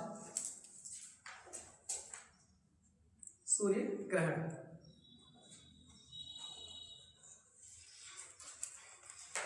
ठीक, इसको क्या बोलेंगे, सोलर इक्लिप्स।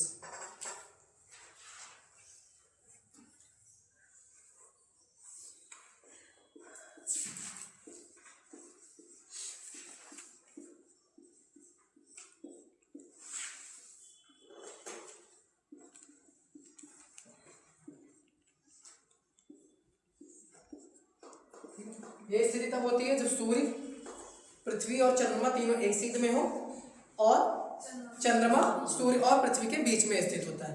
तो उस समय कौन सी स्थिति होती है? सूर्य ग्रहण की होती है। ये आपका सन हो गया, यहाँ आपका पृथ्वी आ जाएगा, अर्थ, और यहाँ बीच में क्या आएगा? ये आपका मून हो गया, चंद्रमा।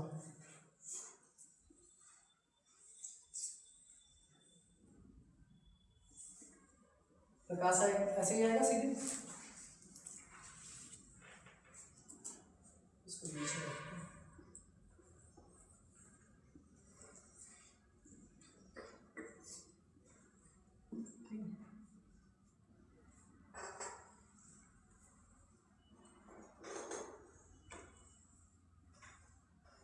तो जो सूर्य की प्रकाश पड़ेगी वो यहीं से होके जाएगी और सीधी वाली प्रकाश इसको यहीं से रिटर्न हो जाएगी। तो जो चंद्रमा का क्षेत्रफल कम होने की वजह से पूरी पृथ्वी पे इसका प्रभाव नहीं दिखाई देता है। पृथ्वी के किसी एक छोटे से भाग पे, भूभाग पे दिखाई देता है। जो सूर्य ग्रहण होता है पृथ्वी के किसी एक छोटे भाग पे ही दिखाई देता है।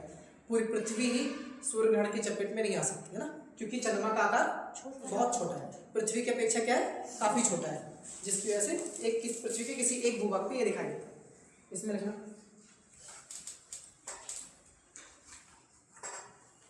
और तो प्रच्छाया के क्षेत्र बढ़ेगी। ये कैसा होगा? इसको उम्बरा बोलेंगे। प्रच्छाया जो बोलते हैं, उम्बरा वाला, जो यहाँ पे ज्यादा छाया, जो चंद्रमा की छाया यहाँ ज्यादा होगी। अगला यहाँ से हम निकाल सकते हैं, ये वाला क्षेत्र होगा, ठीक है। यहाँ पे क्या होगा? छाया कम होगी, इसकी अपेक्षाकृत क्या होगी? छाया यहाँ पे कम होगी। इसको आप क्या बोलते थे? उपछाया। ये उपछाया का क्षेत्र है, ये और ये बीच वाला कौन सा है? प्रच्छाया का है,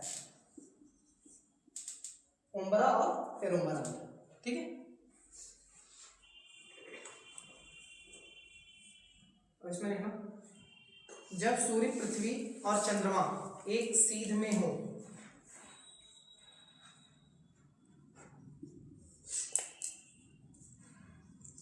जब सूर्य, पृथ्वी और चंद्रमा एक सीध में हो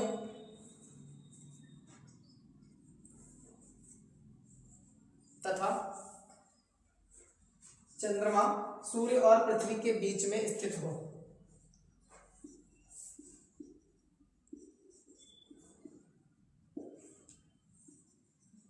सूर्य व पृथ्वी के बीच स्थित हो,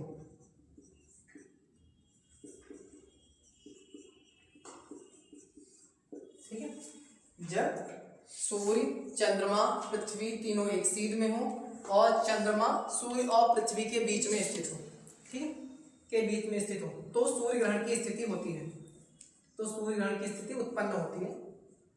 तो सूर्य ग्रहण की स्थिति उत्पन्न होती है।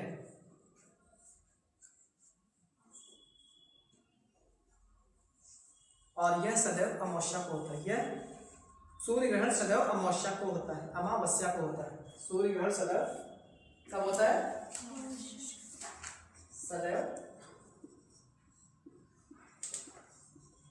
अमावस्या को होती है। सदैव कब होती है? अमावस्या को। इसी को क्या बोलते हैं? प्रतिपदा, ठीक है। और किस नाम से जानते हैं? प्रतिपदा। वाक्यांश में आता है प्रतिपदा किसे कहा जाता है? अनेकार्थी वाले शब्द, सॉरी अनेकार्थी वाक्यांश में एक, अनेक के एक वाले में। और ये सदैव कब आता है? अमावस्या को होता है। और सदैव हर प्रत्येक अमावस्या को ऐसा पॉसिबल नहीं है, ठीक है, क्योंकि अभी पहले बताया था कि पृथ्वी और चंद्रमा के बीच जो चंद्रमा का झुकाव होता है वो 5 डिग्री के परस्पर अक्ष पे झुका होता है। इस वजह से प्रत्येक अमावस्या को हो सूर्य ग्रहण, ये संभव नहीं है, ठीक। इसमें आगे लिखना, जब चंद्रमा सूर्य को पूरी तरह ढक लेता है,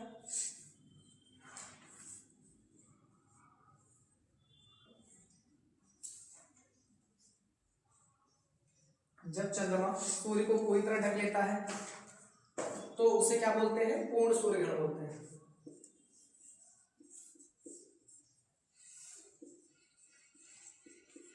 पूर्ण सूर्य ग्रहण कहते हैं। और जब आंशिक रूप से ढकता है तो क्या बोलेंगे? आंशिक सूर्य ग्रहण।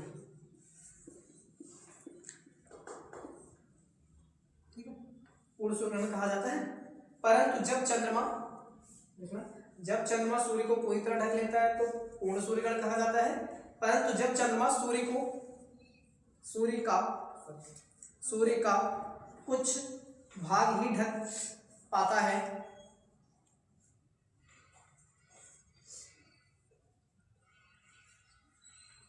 कुछ भाग ही ढक पाता है, तो इसे आंशिक सूर्य ग्रहण कहा जाता है। तो इसे आंशिक सूर्य ग्रहण कहा जाता है। आंशिक सूर्य ग्रहण कहा जाता है। पूर्ण सूर्य ग्रहण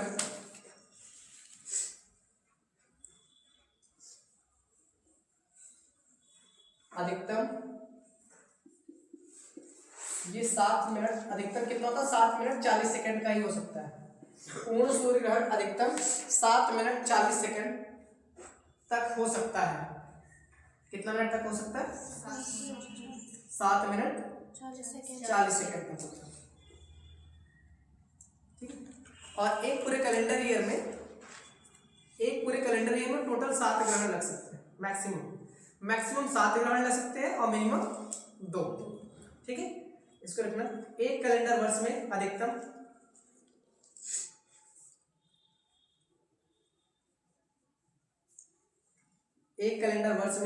7 ग्रहण,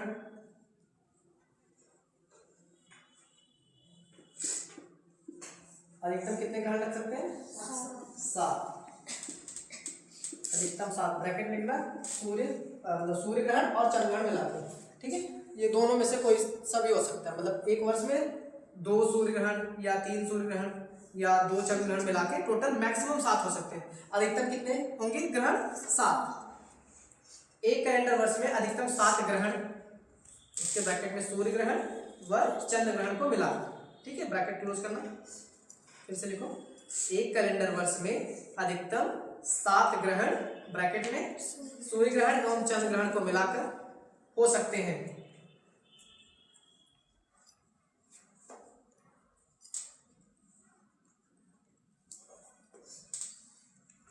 तथा सूर्य ग्रहण की घटना कम से कम 2 बार व अधिकतम 5 बार होती है। और ये कम से कम कितनी होगी सूर्य ग्रहण? एक कैलेंडर वर्ष में सूर्य ग्रहण जो होता है वो मिनिमम कितनी रहेगी? 2 टाइम्स, 2 बार। और अधिकतम कितना हो सकता है? 5 बार, 5 टाइम्स हो सकता है। इससे ज्यादा नहीं होगा। ठीक है, और एक सूर्य ग्रहण 7 मिनट 40 सेकंड का ही होता है, उससे ज्यादा नहीं हो सकता। उससे छोटा हो सकता है लेकिन उससे अधिक नहीं हो सकता। 7 मिनट 40 सेकंड से अधिक नहीं होता है। और एक टोटल कैलेंडर वर्ष में मतलब 365 दिन में टोटल 7 ग्रहण होते हैं, जिनमें 2 अधिक मतलब कम से कम टोटल 7 ग्रहण होते हैं। चंद्र ग्रहण और सूर्य ग्रहण को मिलाकर अगर 7 में से देखा जाए तो 2 अधिक सूर्य ग्रहण जो होता है मिनिमम 2 हो सकता है, 2 होता है, या तो मैक्सिमम कितना हो सकता है? 5। 6 कभी सूर्य ग्रहण नहीं होते। तो यहाँ से स्टेटमेंट बना के क्वेश्चन पूछे गए हैं और पूछे जा सकते हैं। ठीक है, और सूर्य ग्रहण का अधिकतम कितना समय होता है? 7 मिनट 40 सेकंड, जबकि चंद्र ग्रहण का कितना समय बताया था? 1 घंटे 40 मिनट। 40 मिनट है उसमें, और उसमें 40 सेकंड है। ठीक है, उसमें 1 घंटा भी साथ में, तो आप लगभग सिमिलरिटी दिख रही है ना, 40 सेकंड 40 मिनट, तो याद कर सकते हो। उसमें 1 घंटा 40 मिनट, इसमें 7 मिनट 40 सेकंड। ठीक, अब लिखना, प्रत्येक सूर्य ग्रहण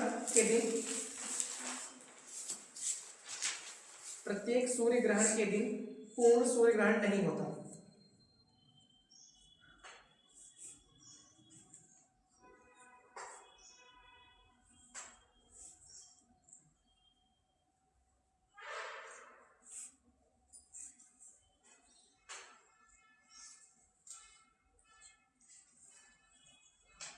ठीक है, ऐसा इसलिए होता है क्योंकि जो पृथ्वी है और चंद्रमा है उसका अक्षीय तल का झुकाव के कारण, किस वजह से होता है? अक्षीय तल झुकाव के कारण होता है। एक पॉइंट अलग से लिखना, सिजगी क्या है? ठीक है, सिजगी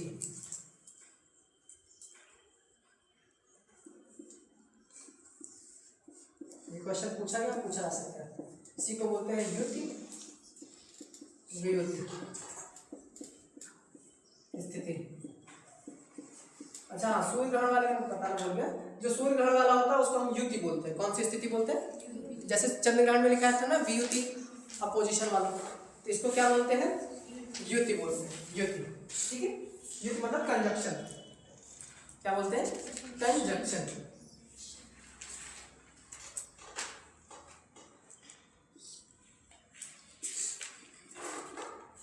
कंजक्शन,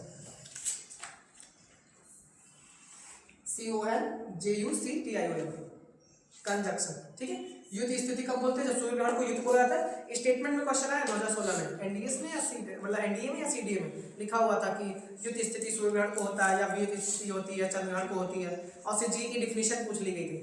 ठीक है, तो ये स्टेटमेंट में क्वेश्चन पूछा गया, इसको ध्यान देना कि युति क्या होता है, वियुति कब होती है। ठीक है, युति और वियुति जो स्थिति होती है उसमें कब होती है? सूर्य ग्रहण और चंद्र ग्रहण के समय होती है। कब होती है? ठीक है, अब सिजगी किसे कहते हैं? सिजगी क्या होता है? जब सूर्य, एक ऐसी स्थिति जब सूर्य, चंद्रमा और पृथ्वी तीनों एक सीधी रेखा में होती है। जो ये स्थिति होती है जब सूर्य, पृथ्वी और चंद्रमा एक सीधी रेखा में, एक दिशा रेखा में होती है ना, एक सीधी रेखा में, इस स्थिति को क्या बोलते हैं? सिजगी कहा जाता है। जब सूर्य, पृथ्वी और चंद्रमा एक सीधी रेखा में होती है, सूर्य, पृथ्वी व चंद्रमा एक सीधी रेखा में,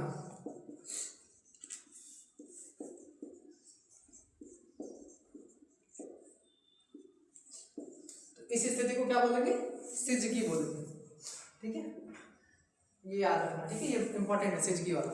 तीनों इंपॉर्टेंट है, वियुति क्या होता है, युति क्या होती है और सिजगी क्या है। इसके अलावा ब्लड मून, सुपर मून और आपको क्या है?